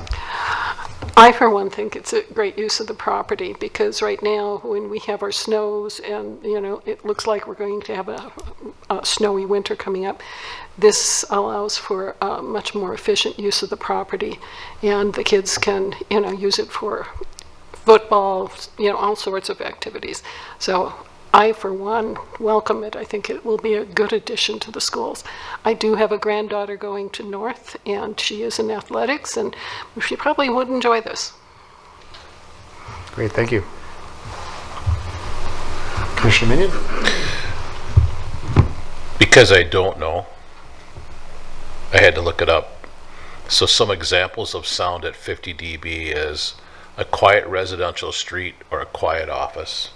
And I believe that was stated to be 50 to 60 at 70 feet. We're far more than 70 feet from the residences. I know with my background that if that was still too high, there's ways to make it quieter, but that just helps me kind of keep a perspective of effectively a running refrigerator if it's inside your home. I absolutely agree. We live in Minnesota. And if we can make better use of our school grounds, we can give school-age children and a number of people more opportunities to get out and exercise and to just basically have some fun, some good, clean fun in the winter months. I think it's a huge, huge plus for everyone in the community. The height, I know that in the past we've had some people who have been upset with our height and some of the objects in this facility, in these grounds. I think the water tower, by my math, is 85 feet taller than what this building will be. There's just so many great things to see about how this is done. The screening around it, I think, is great, and I think it's going to be a great asset to our community. Thank you. Commissioner Scher? I think it's a great looking building. The accessory buildings look like they're going to fit in really well. Looks like an amazing asset for not just the students, but the whole community. Sounds like it's long overdue. Looks great. Thank you. Thank you. Commissioner Brink? Yes, I echo the comments of the other commissioners. It's a good plan, and it's going to be a great asset to not just the school district, but the whole community for students and whoever else in the community who wants to have access to turf, grass in the wintertime. This is a big plus. So I think it's a good use. The dome is consistent with domes we see in other communities, other school districts. So I'm all in favor of this. Great, thank you. And I actually have nothing more to add. I concur. So it sounds like we're ready for a motion, and this would be a motion regarding item 8B, a conditional use permit and site and building plan review for an athletic dome at Hopkins High School, 2400 Royals Drive. And this is a recommendation that the City Council adopt the resolution approving the request. We would need 4 votes to pass this one. Anyone want to make the motion? Commissioner Johnson? Also move. I second. All right, Commissioner Scher, second. Staff, please poll the commission. Brink? Yes. Sure. Yes. Johnson? Yes. Minion? Yes. Waterman? Yes. All right. The motion passes, and this is a recommendation to the City Council, and they will consider the item on May 18th. Thank you. Good luck with the project. Okay. Moving on to item number 9, other business. This section is reserved for items that do not require formal planning commission action. Rather, items may include a concept plan review, informational topics, or trainings. Our first item on this is item number 9A, concept plan review for Reginald Properties at 4508 and 4512 Williston Road, 14901 Lloyds Drive, and 2 unaddressed properties. This is a concept plan review only. The commission is asked to provide informal feedback to the applicant, and no formal action is required. Mr. Ingleson, this is your item? It is. Thank you, Chair. Yeah, just to reiterate that again, there's no formal action on this item. This is a concept plan review. So the point of this sort of exercise, I suppose, is to discuss the concept plan and give the applicant feedback on this idea, I suppose is the best way to describe it. Also, when you do that, and while we're talking and while you're reviewing it, we have sort of 3 questions for you to think about. And I like to think of these as both things to help sort of the city to help and also for the applicant to get feedback on. So the first is there merit for a concept plan to proceed to a formal development review? That's sort of us helping the applicant, letting them know, giving some feedback on, okay, what are our initial thoughts on this? The Planning Commission is not beholden to comments given here. This is really just to give them sort of a guidance on if it's worth their time to move forward and then put additional investment into this idea. And then second is, if that is the case, if yes, why? Do you think it's worth that time for them to proceed? And then the other part, and I think this is a part that's always really important with concept plan reviews, is what can make the concept better. So not just giving feedback on things that maybe you don't like, but maybe things that you could do to make that enhance it or make it a better product in the end. So with that in mind, I'll go through here and give some information on this, the concept plan review, and give it back to the commission. So looking at location, we are located in the center of the city. Here are your good landmarks of Williston Road and Highway 7. And going to the next slide, here is a look at those properties. So it is a very interesting, long, winding property, grouping of properties. Like I said earlier, there's 5 of them that are improved with 3 single-family homes. 2 of them are vacant. So you'll see over here labeled with a 34, which is our city number for no one lives there and there's no homes there.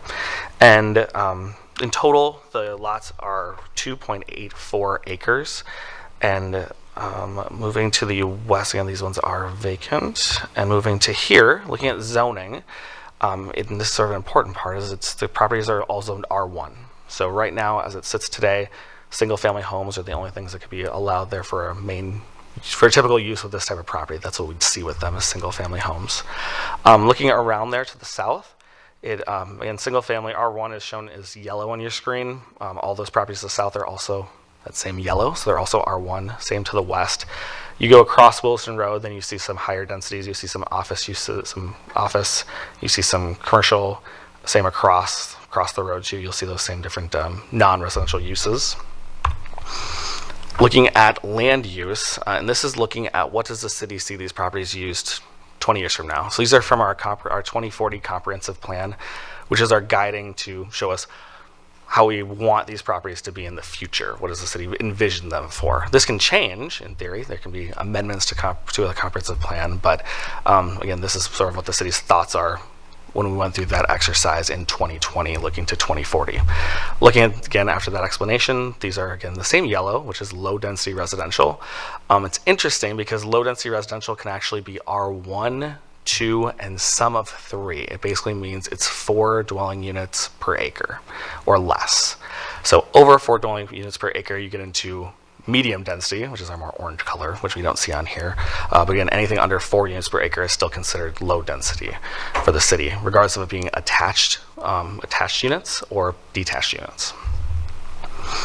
And then, just to again explain, everywhere around here in that sort of quadrant of the city is all, or this quadrant here of Wilson Road and Highway 7 are low density. Again, same as we looked before, the city envisioned non-residential uses across, like office and commercial over here, and then to the north, this purple is mixed use, so it can be a lot of different things, but it's mostly commercial.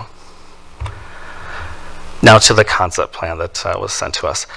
So the concept plan has 11 attached dwelling units, and that's total for the site. They're put together into 3 different attached buildings. So you have 4 units here, 3 here, and then 4 over here. For their example, for access, shows access off of Williston Road. There is an existing driveway here, so it's sort of utilizing that existing area for accessing. It winds around and then follows sort of parallel with Highway 7, then comes to a hammerhead at the end. They show an infiltration basin here at the end of the road, and then to the farther west, where those vacant properties are, they're actually showing those to continue being vacant, showing this as a tree preservation area is what they've labeled it as. So, but not looking to have it extend beyond there. They also showed an infiltration basin right as you enter the site. But again, this is concept, just some ideas that they've put together. Here's the building example. So showing what that may look like. Here's one of those 4-unit ones. So sort of your standard two-level structure. Traditional building as you'd sort of expect it with architecture-wise, showing gables on towards the street. And then I wanted to give this just information about what would be the expected approvals that would be needed for this type of request. So the one thing would be a rezoning from R1 to R3. If you'll note here, I didn't put a land use amendment because it still would be under that 4 units per acre. We're getting too much of the weeds, but at this point, based on this, it wouldn't require that one, just a rezoning of the property. And then also a site and building plan review for those new units. So just to give you a little background on the process that this has gone to so far and where we're currently at, the applicant did host a neighborhood meeting at the Minnetonka Community Center on April 15th. We had very good attendance, sent out mailing notices to 40 properties, and we had 21 people attend. The main theme of those attendees' questions and concerns were really regarding traffic, which was a pretty big one, density, and then also construction impacts for this type of work that'd be done on the site. So right now, today, we're at the Planning Commission meeting where the commission will give some feedback back to the applicant. And then on May 18th, it would go to City Council for the same exercise. They would also give some feedback to the applicant. I don't have this on here, but if the applicant chooses to proceed after this process, which they wouldn't need to, but if they did choose to, they would come back again to the Planning Commission and to the City Council for those formal approvals with a formalized, finalized plan. So with that, I bring us back full circle, back to our questions that we have for tonight. So again, no formal vote is happening tonight, just some feedback. But again, is there merit for this to continue and move forward? If yes, why? And then last, what could you see, what feedback to give the applicant that could possibly make this a better application if they choose to come back at a later date? Then I'll turn it back over to the chair and commission. All right, thanks, Mr. Ingleson. Procedurally, it has been a while since I've seen one of these, and haven't done one as chair. Can you remind me?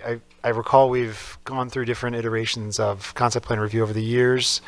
Is it we have the applicant next up? We hold off on questions. We have the applicant present, and then what?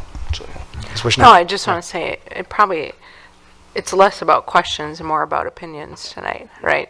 So there's a tendency to want to ask a lot of questions. That's not the point of tonight. So yeah, we want to get kind of feedback so that the developer can make some changes. Okay, and then public hearing. Yeah. Okay.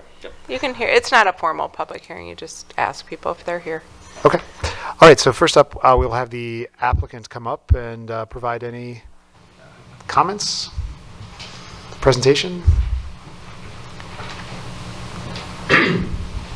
Great. Welcome. And if you could just give your name and address for the record. Thank you. Chair Waterman, Commissioners. My name is Chris Ballas with FBC Holdings at 14451 Highway 7 in Minnetonka. This is my business partner. John Ressler, 3683 North Shore Drive, Wayzata, Minnesota. I think Drew did a great job of showing the plans, and I just wanted to kind of walk you through the concept and kind of our goals when we were looking at this piece of property and how to develop it. So as you see there, it's currently 5 lots, and we were thinking that a cluster development like this would be better than 5 individual homes on these lots because we're able to preserve more of the natural vegetation on the site. So that's where you see these 11 townhouse units that are positioned primarily with the already developed portions of that piece of property. And I think there's another slide that might demonstrate that. Yeah, and you do have the ability to use the keyboard and the mouse there to move it along. There we go. Yep, so this slide, the yellow is the current configuration of the developed portions of the property. So there's 3 access points off of Williston Road, 1 off of Highway 7, and then 3 building units. So that was kind of the thought, was to come up with something that was better than what was there. Moving forward, looking at the tree preservation area, this allows us to preserve this entire piece just like it was. And also from the outside looking in, the property should look very similar to how it does today. We're not thinking of mass grading this site and cutting it down because there's plenty of elevation there, and I think that's what makes this type of development work and nice in the long run when it's completed. We're looking at adding a housing type that I think is not widely available right now in the community, which is this townhouse style. Most of these floor plans can have a main floor primary suite, so it can be desirable to a big range of residents. Trying to look through.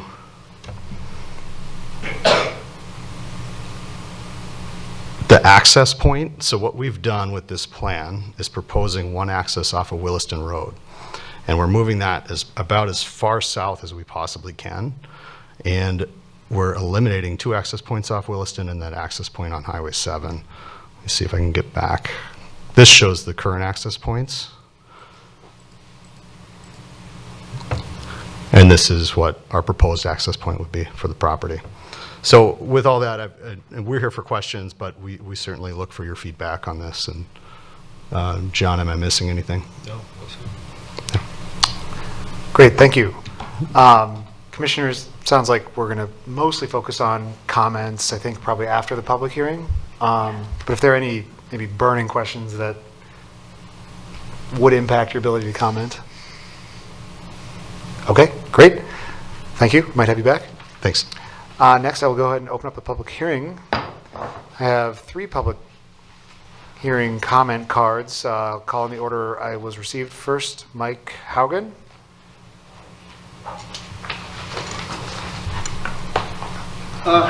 Thanks. Yep, My name is if you Mike just- Haugen. Yep, name My and address. property is on the south side of Lloyd's Drive, up south of the middle of that proposed site. I'm at 14821 Lloyd's Drive. I don't know if you've ever seen something that was a good idea, but it was done badly. I've only got two things, comments that I really think need to be talked about. I drive for a First Student bus company, a van. I drive Williston 8 times in a day, 5 days a week. That's 40 times. And I just really wanted to say I really don't think that access for that property works very well. I'd like to see, for going further, maybe some kind of consideration for the traffic plan. I'm not sure the word I'd use, Drew. Where be might something where you look at traffic density going past that area during the day. I go over there eight times, and trying to turn left coming off of Lloyd's Drive going down to Highway 7 it can be really, really tough sometimes. And then you're talking about adding in not only that you have that access that they're proposing, but if you're talking about 11 units and each unit has a double car garage, you're going from 3 properties that had 2 cars each, that was 6 cars. Now you're talking about 22 cars. So you're quadrupling the amount of people that have to use that exit, that entrance and exit. It's just, I think, a problem waiting to, it's going to be a problem. Second thing I just wanted to say is, I was hoping that there is some consideration in this development plan of the MnDOT plans for that particular intersection of Highway 7 and Williston. I heard one time that there might be some plans for MnDOT had for that intersection as an overpass, Williston going over Highway 7. And in the far future, it'd be 20, 30, 35, something in the road. I'd like to know that that was considered in whatever plan they do. And I'll wait to see what my other neighbors have in comments. Thank you. Great, thank you. Next up, Jennifer Hausler.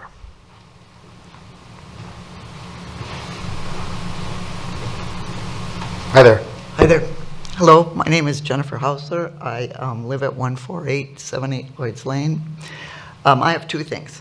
At the neighborhood gathering, clearly the traffic was the largest concern. There's out on Williston, there's turn lanes, there's a frontage road, and there's a lot of stuff going all at that corner. So all the neighbors had a comment about the traffic. So my opinion is before you can proceed, you absolutely must have some kind of a traffic study done there that is, pretty comprehensive. So that was number 1. Number 2, I do want to point out that 2 of those houses back there are vacant. So really what we're looking at is 1 family now becomes 11 families.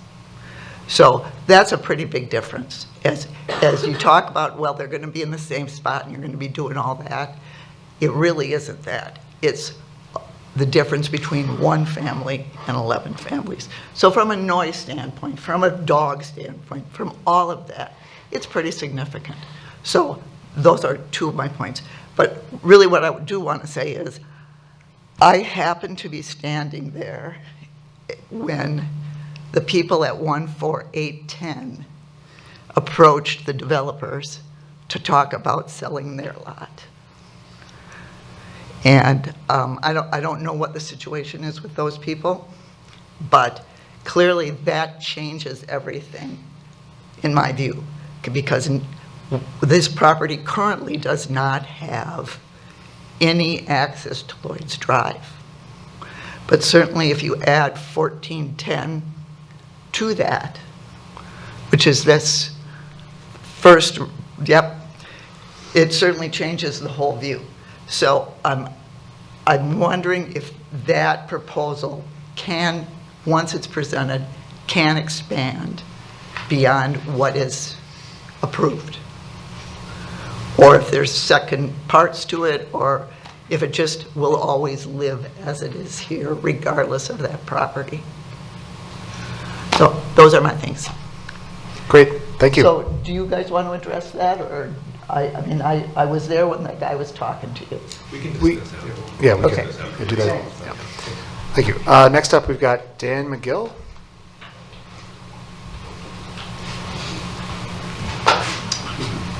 It's McGee, but it's probably my printing isn't very good.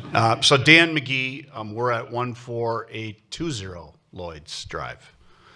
And my questions, and someone's going to have to help me move this. So what I'm looking for is, and maybe I'll find it here, so bear with me. Okay, this might be able to work right here. On page 102 of your agenda, if that helps the commissioners with that. My questions are around, what do these circles mean? There's circles that are number 1058 to 1074 on this diagram right here. You can't see the numbers because it's too small, but what do those mean in terms of a user like me who's, a neighbor who's right next to this property? What does that mean? So that's my question. Can somebody answer, or is this the wrong forum for that? Okay. Yeah. And then specifically 1074, which comes very tight to our property. I guess I would be specific to that. What is that? What does that mean? What does that interpret? The other piece is, if I'm correct here, 15 feet is the variance from property line to where a structure is within the city code. How is a patio considered when it comes back out the back door, so to speak, of that? The other piece I'd want to know is runoff construction. That property sits above us, and you can't tell me that there's not going to be something that's going to flow into our backyard, into our property. I understand they're the developers, and they'll say, well, that's the construction crew, but I guess I'd like to know what the story is on that. So,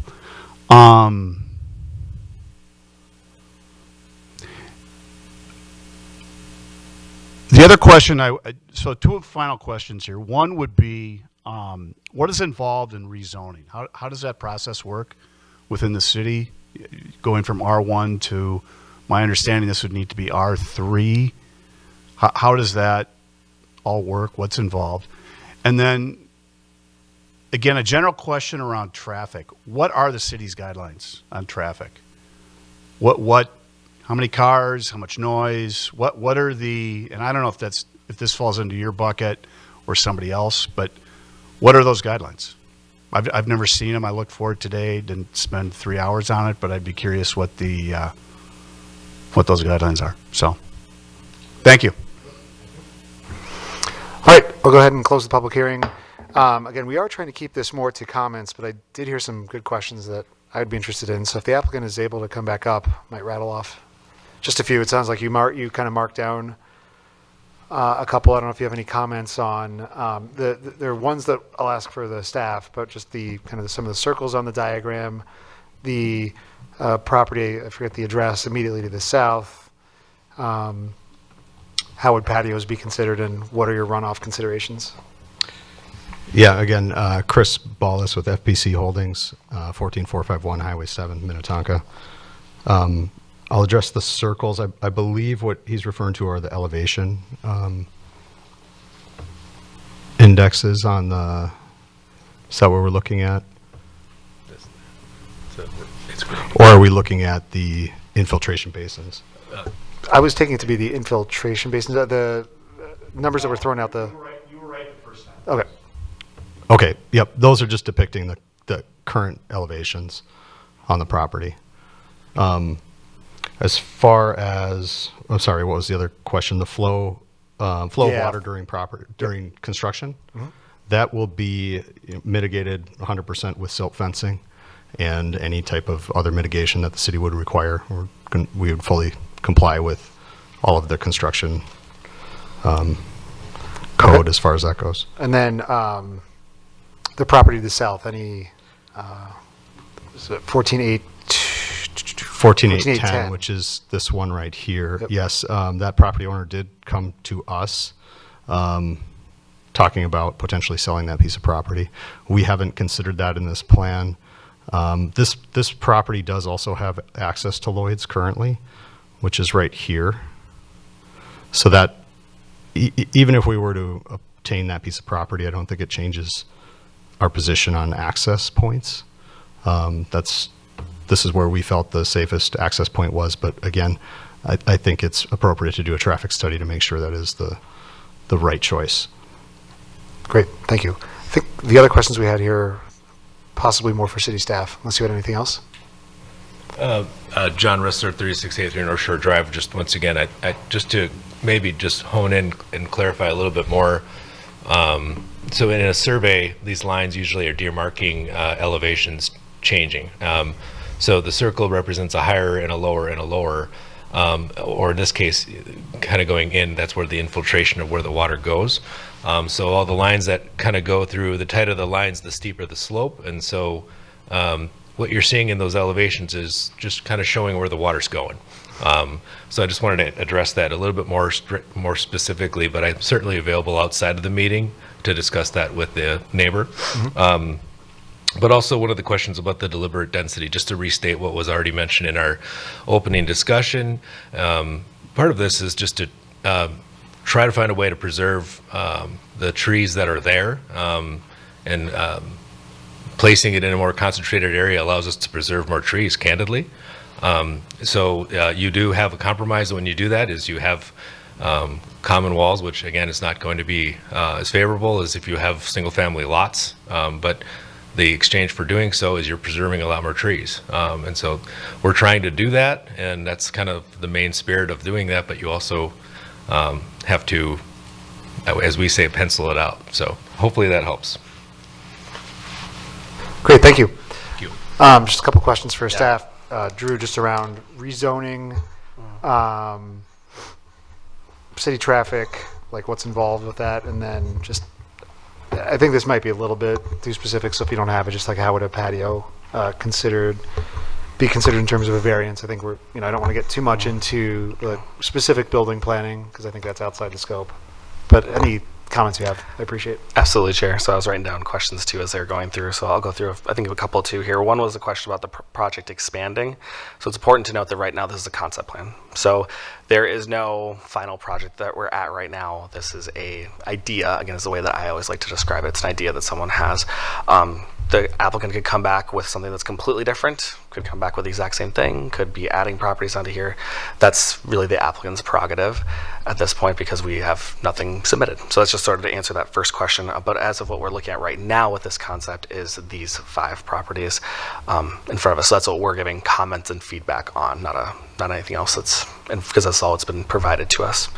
Contour lines, I think everyone sort of explained that well. But just speaking to that exact location, this is sort of a knoll area. This is the top. It all drops down here. These thick black lines, just for an education moment with contours, these are showing what the proposed would be. So it's sort of flattening this out a little bit, make it a little bit lower, but still this would be quite a bit above. This would be above this home here, but that's just part of that. And then I just didn't want to get into specifics with setbacks and rules, but you forced my hand into it. Setbacks, it's a 15-foot setback for side property lines. It's a 40-foot for rear, but for side it's 15 feet plus 2 feet for every foot above 25 feet. So I can't provide any information on does this meet code or is there variances needed, because we haven't given a full plan for the height of the structures, things like that. So, but 15 foot's the sort of minimum that it could be hypothetically for a side yard. And then patios, we don't have any setback for patios because they are not a structure in our sort of code definition. So someone could put a patio at the back and that would meet our code. It's we don't consider it as a structure. We're looking more at things that are above ground, not things at grade. Traffic was also brought up. That is on a case-by-case basis for when the city requires for information. If there are concerns about access and amount of traffic, the route that typically the city goes through is requiring a traffic study to know that that's done. And that's done by an outside agency. It's not done by the city. We get someone, a third-party consultant, who will review the site, and then there's specifics with that, with what we ask, depending on what the situation is. I have no more feedback on that right now because of where we're at. I think noise came up too. We follow MPCA standards. It's hard to get that with noise because it's just measured in a funny way of timing and based on the amount of noise for a certain length and things like that. So I won't get too deep into that with traffic, obviously, but those are the questions I heard for staff. But with that, I'll turn it back to the commission for comments or more questions if you have more for me. Great. Thanks, Mr. Ingleson. Do you mind flashing back on the screen the question, or wait, did we have a slide with the questions that were asked to consider? There we go. So we could move on to, if there are more questions, we could ask them, but we could also weave in comments. The main things are, is there merit for this to proceed to a formal development review? If yes, why? And what would make the concept better? So commissioners, what do we think? Commissioner Johnson.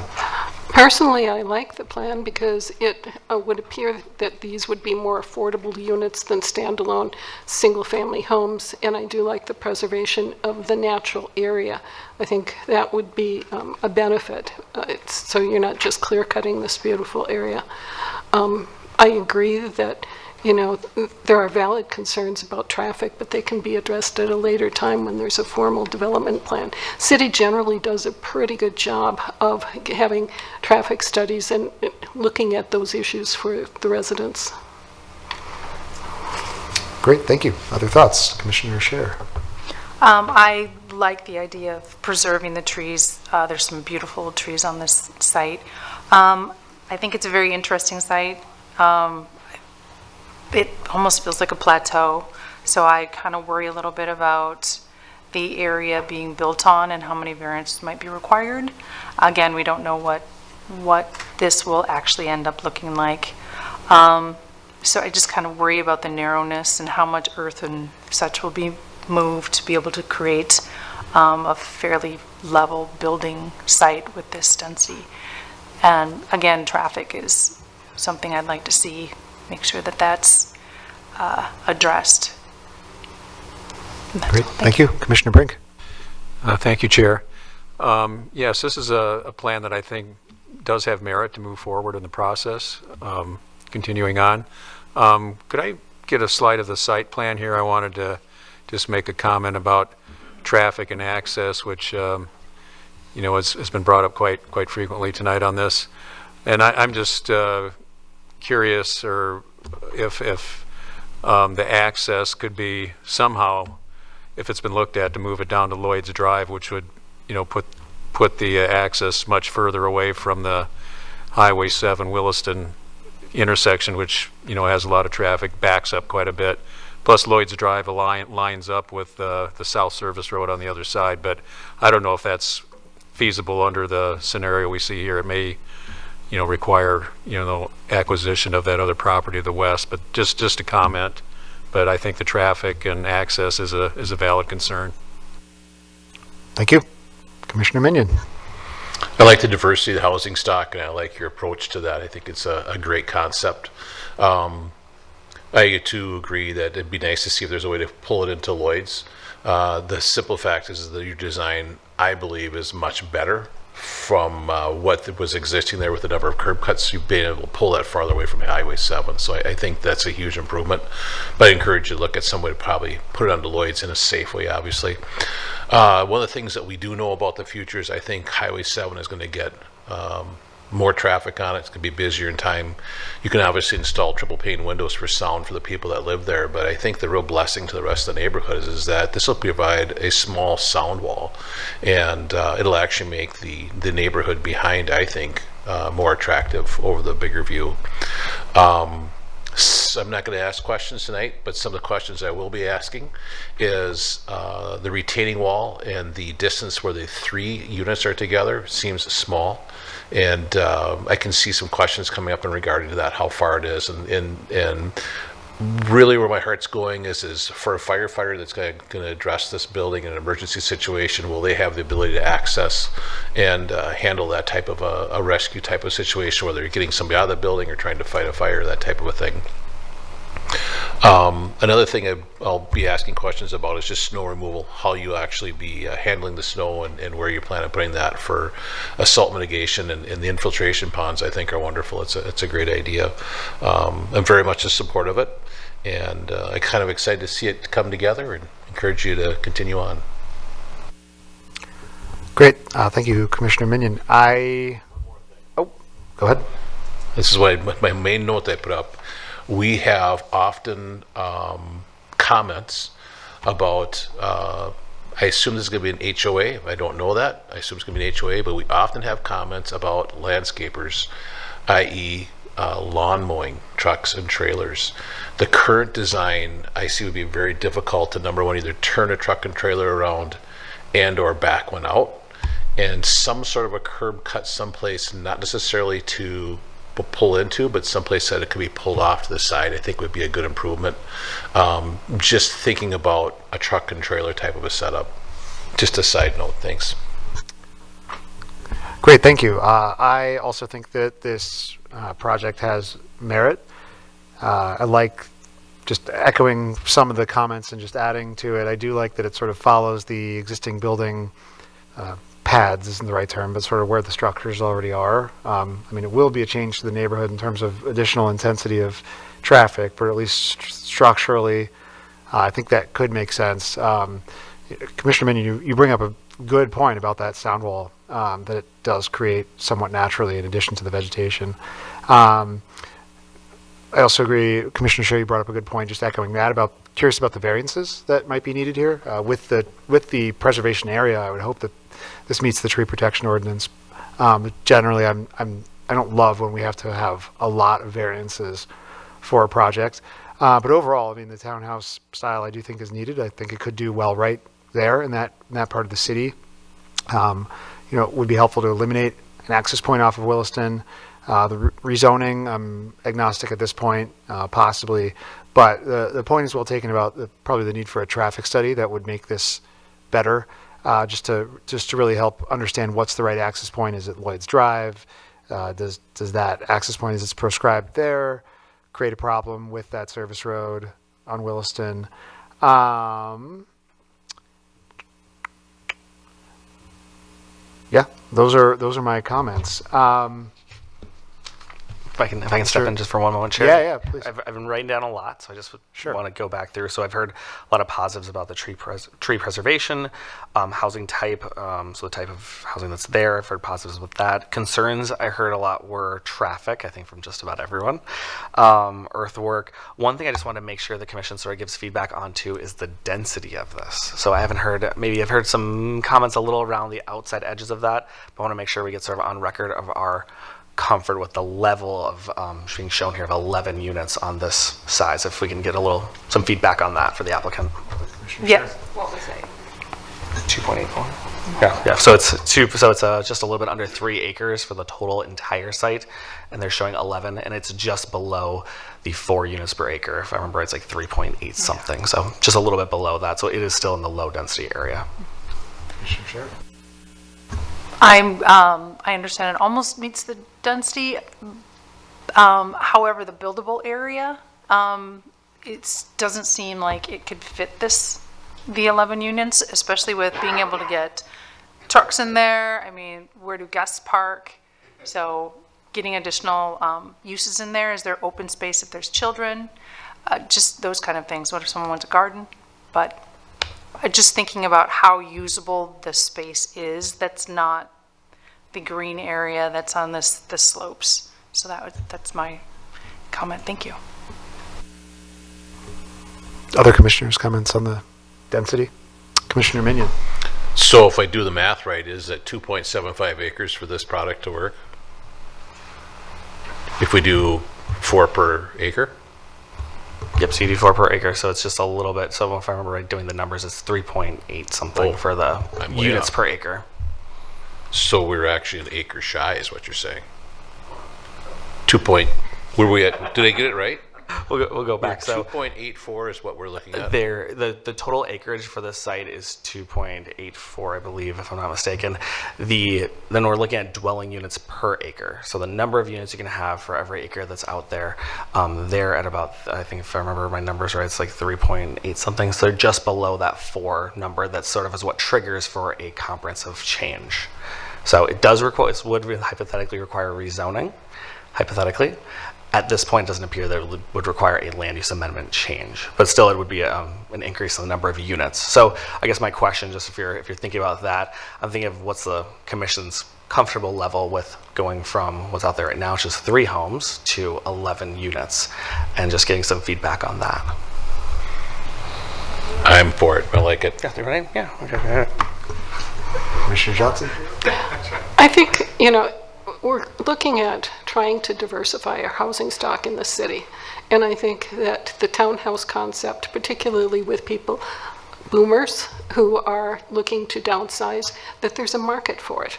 And the area is well suited for it too, because it's convenient to shopping and a number of things. So I like it. I think it's something that would be a benefit to the city.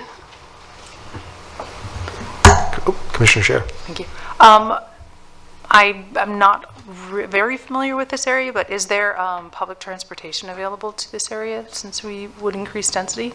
So it's always nice to have public transportation adjacent to density. So just a thought. There's not, I can answer that, Chair and Commissioner Scher. There isn't an actual stop right here. We can show that when we come back, where the stops are, but not near this area. So, thank you.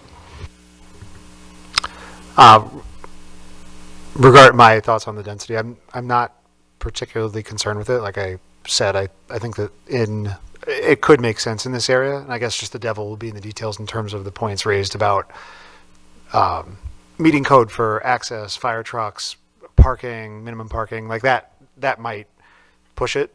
So, and like without a lot of variances, if it works, it could work. That's my thought.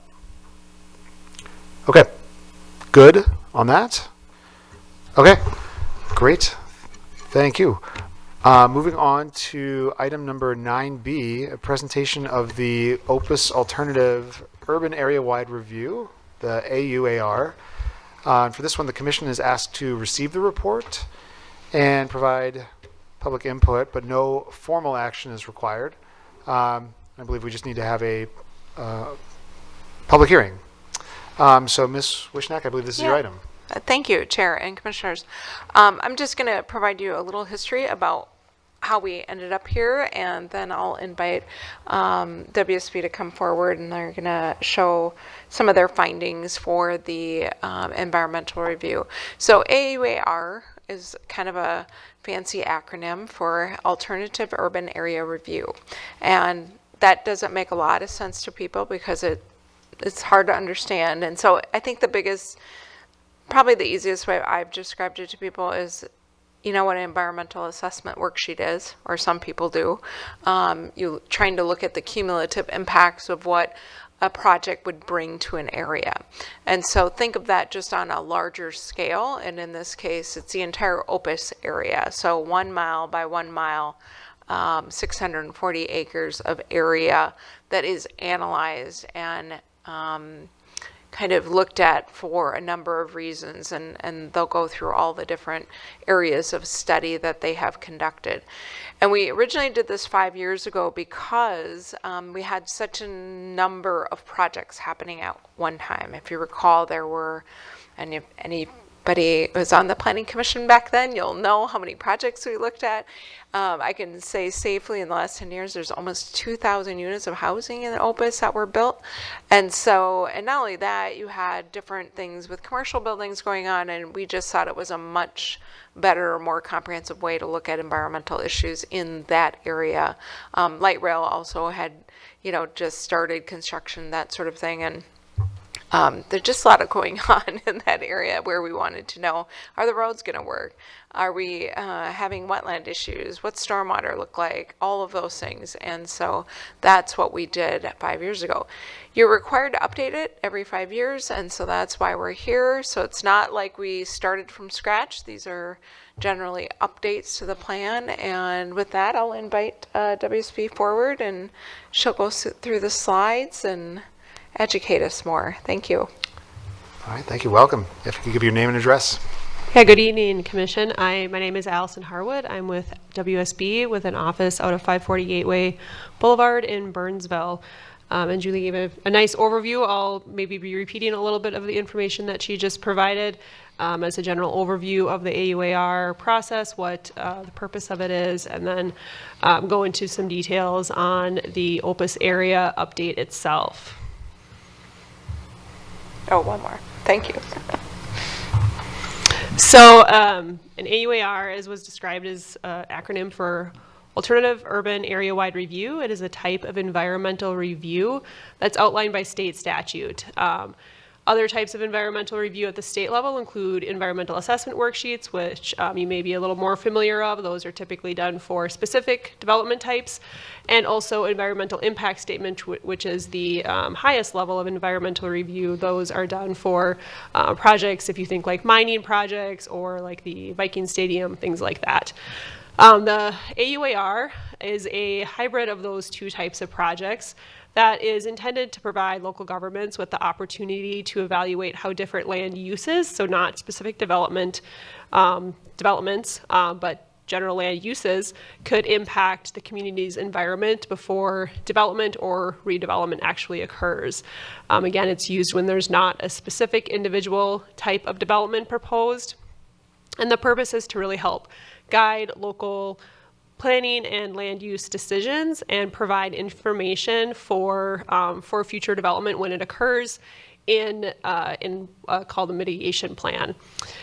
These are not no type of environmental review document is an approval document. An AUAR is not an approval document, and as mentioned, they are generally valid for 5 years. They provide environmental review coverage for any developments that occur that meet the assumptions of the AUAR, and it provides those coverages for 5 years, at which time they need to be updated, which is what is going on now. An AUAR reviews a variety of resources, including both natural resources such as wetlands, soils, wildlife habitats, as well as public infrastructure such as utilities and transportation networks. The entire list of what an AUAR reviews is there on the screen. And a new thing for this update that was not included in the 2021 original AUAR is that environmental reviews now also include an evaluation of climate impacts, including greenhouse gas emissions and carbon footprint, which for an AUAR is a quite high level review, because again, we don't have known project types out there, but for an area like the Opus area, which is already quite developed, we would not anticipate that there would be large changes to the greenhouse gas emissions when compared to the existing. So as I mentioned, one of the outcomes of an AUAR is the mitigation plan. It maybe is the most important outcome of the AUAR process, and that lays out a variety of commitments that can be carried out by either developers, local governments, or agencies to either prevent or mitigate for impacts. These can include things like design recommendations, recommendations for infrastructure improvements to roadways, sanitary sewer, water main. It does include often a variety of permits that a developer might need to get to carry out development, agency coordination, often, especially when considering wildlife impacts. It will include some information on construction timing or avoidance seasons that development might have to occur around, and then also can indicate the need for potential future studies or assessments. So the original AUAR for this area was completed and adopted in 2021. There were 2 development scenarios studied. Typically, AUARs are completed for a multiple land use scenarios. One of those scenarios always has to be the comprehensive plan. So in this case, the comprehensive plan or the land use development, that intensity that was assumed under that comprehensive plan was studied, as well as a more development intensive plan, which included at that time additional high density residential areas and additional commercial.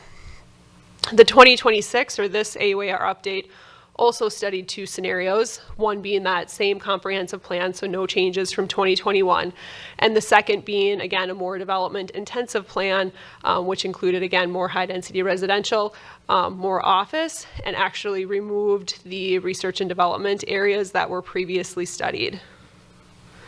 And I'm going to go to this slide that shows those two scenarios, but I'll also add that one of the other things that we consider was that since 2021, there have been 4 approved developments within the study area. All of those were high density residential, and they added just over 1,100 units within the study area. So again, the 2 study areas that this 2026 update included was, again, scenario 1. So that was the that's consistent with the growth planning identified within the comprehensive plan. There were no changes between the scenario 1 evaluated in 2021 or the scenario 1 evaluated now. Scenario 2, there were some changes in what was evaluated between what was studied in 2021 versus what was studied now in 2026. Again, it is a more development intensive land use scenario than scenario 1. And on this next slide, I'll talk a little bit about what some of those changes were. So the changes from what we evaluated or what was evaluated in 2021 to what was evaluated in 2026 are highlighted there in yellow outline. And so primarily they consisted of a change in the land use type of these Boston Scientific parcels. These were previously identified as research and development parcels. Those have been changed to evaluate a variety of mixed use and then open space parcel or development areas. The United Health campus was previously evaluated as an office land use. That has been changed to mixed use. Similarly, the 10350 Bren Road West also was previously office, changed to mixed use. And then there were a couple of parcels that were previously identified as office and commercial, but have since developed. These are 2 of the approved developments have developed as high density residential areas. And so the purpose of, the 2 that have developed as high density residential, those were obviously changed to make this scenario consistent with what has actually been developed in the area. For the other 3 that changed to mixed use, that change to mixed use was to allow more flexibility in future development versus just having it be an office or research and development land use type. That said, the transportation, sewer, and water modeling does actually assume an office use, as that is the most intense type of development use within that land use category. And I'll also mention that the changes to this scenario are being incorporated into the city's sewer and water models to identify potential capacity concerns, although the city does continue to monitor actual flows versus capacity as the lots are developed. The last thing I wanted to mention is the mitigation plan of the document is included. It includes a variety of items, but just for an example of some of the mitigation items mentioned. And again, these are more general in nature because there aren't specific developments to tie them to. But for example, development may need to go through soil suitability studies for foundations. There would potentially be reporting requirements if developments had contaminated materials like gas stations or things like that.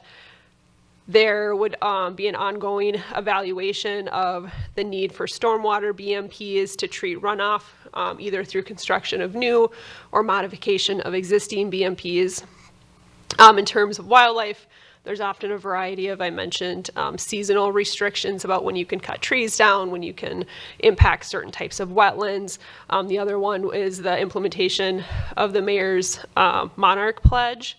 And then, of course, there's a variety of permit approvals at the local, state, and in some cases federal level for any development that occurs throughout an area. And as development is proposed throughout the study area, these mitigation items and the AUAR will be reviewed by city staff against the proposed development for consistency, and mitigation would be applied as necessary. So in terms of next steps, the AUAR update document is out right now for public comment and agency objection. So if an agency objects to any item within the AUAR, they would provide an objection. That ends on May 5th, so next week. At that time, we would be responding and working with city staff to respond to comments, revise the AUAR update as needed, and assuming there are no objections, the anticipated adoption date would be in May. And then that would mean the next required 5-year update would be in the spring of 2031. And so with that, there's no action for you all tonight, but if you have any questions, I'm happy to answer those. Great, thanks, Ms. Harwood. Commissioners, any questions?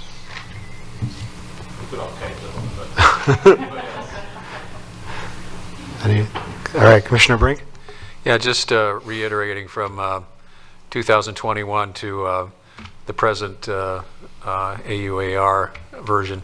It looks like the main difference, if there is a big one, is it seems like it's more heavier into mixed use to give it flexibility. Is that correct? Correct. So one of the reasons for that is as development occurs within an area or is proposed within an area, the city would be evaluating to see if what is proposed fits under the assumptions that are used, so that those developments would then have that environmental review coverage. So certain types, sizes of developments require EAWs typically based on state statute. And if a land use is identified as only office or only commercial, it can create some potential inconsistencies if a different land use type were to come in. And so changing that to a mixed use when the city anticipates that it could potentially develop as a variety of uses, just provided that additional flexibility for future development to come into the area. Okay, thank you. Commissioner Minion?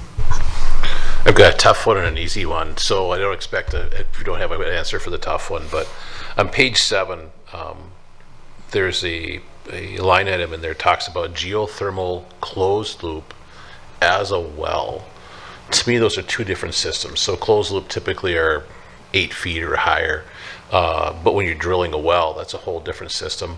Can you talk a little bit about what that is? Are you actually looking for them? Are you looking at the history of them? We've talked about how that plays into this study. Well, I might look to the city for a little help on that, because my understanding is there may be some interest in that in the future, and so they wanted to have it included as, again, the mitigation would be that there would need to be additional study and obviously some additional permitting efforts, but maybe Julie can help. That's a good point. Allison, if I may, Chair. Commissioner Minion, there already is a well, geothermal well system at Opus. We talked about that during their, when they were going to demo the north side of that building.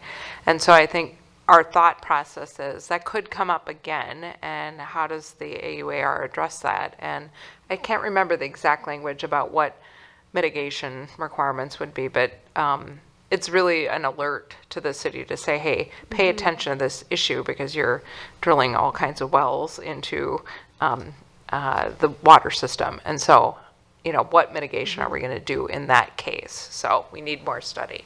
That's what I took it to say.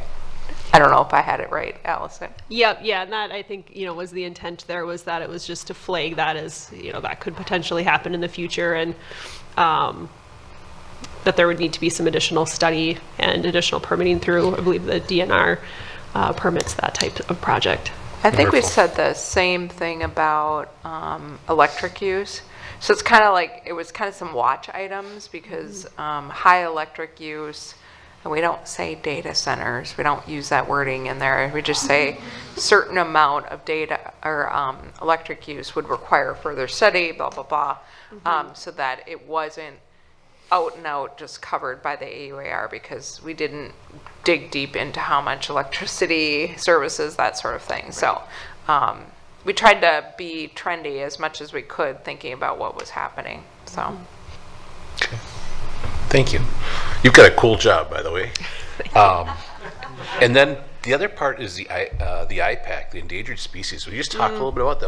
It was fascinating. Would you just kind of give us a few comments on that? Yeah, so the IPAC, it's a program information for planning and consultation that the U.S. Fish and Wildlife Service, it's a public tool that you can use to evaluate what species could potentially, protected species at the federal level could potentially be within an area.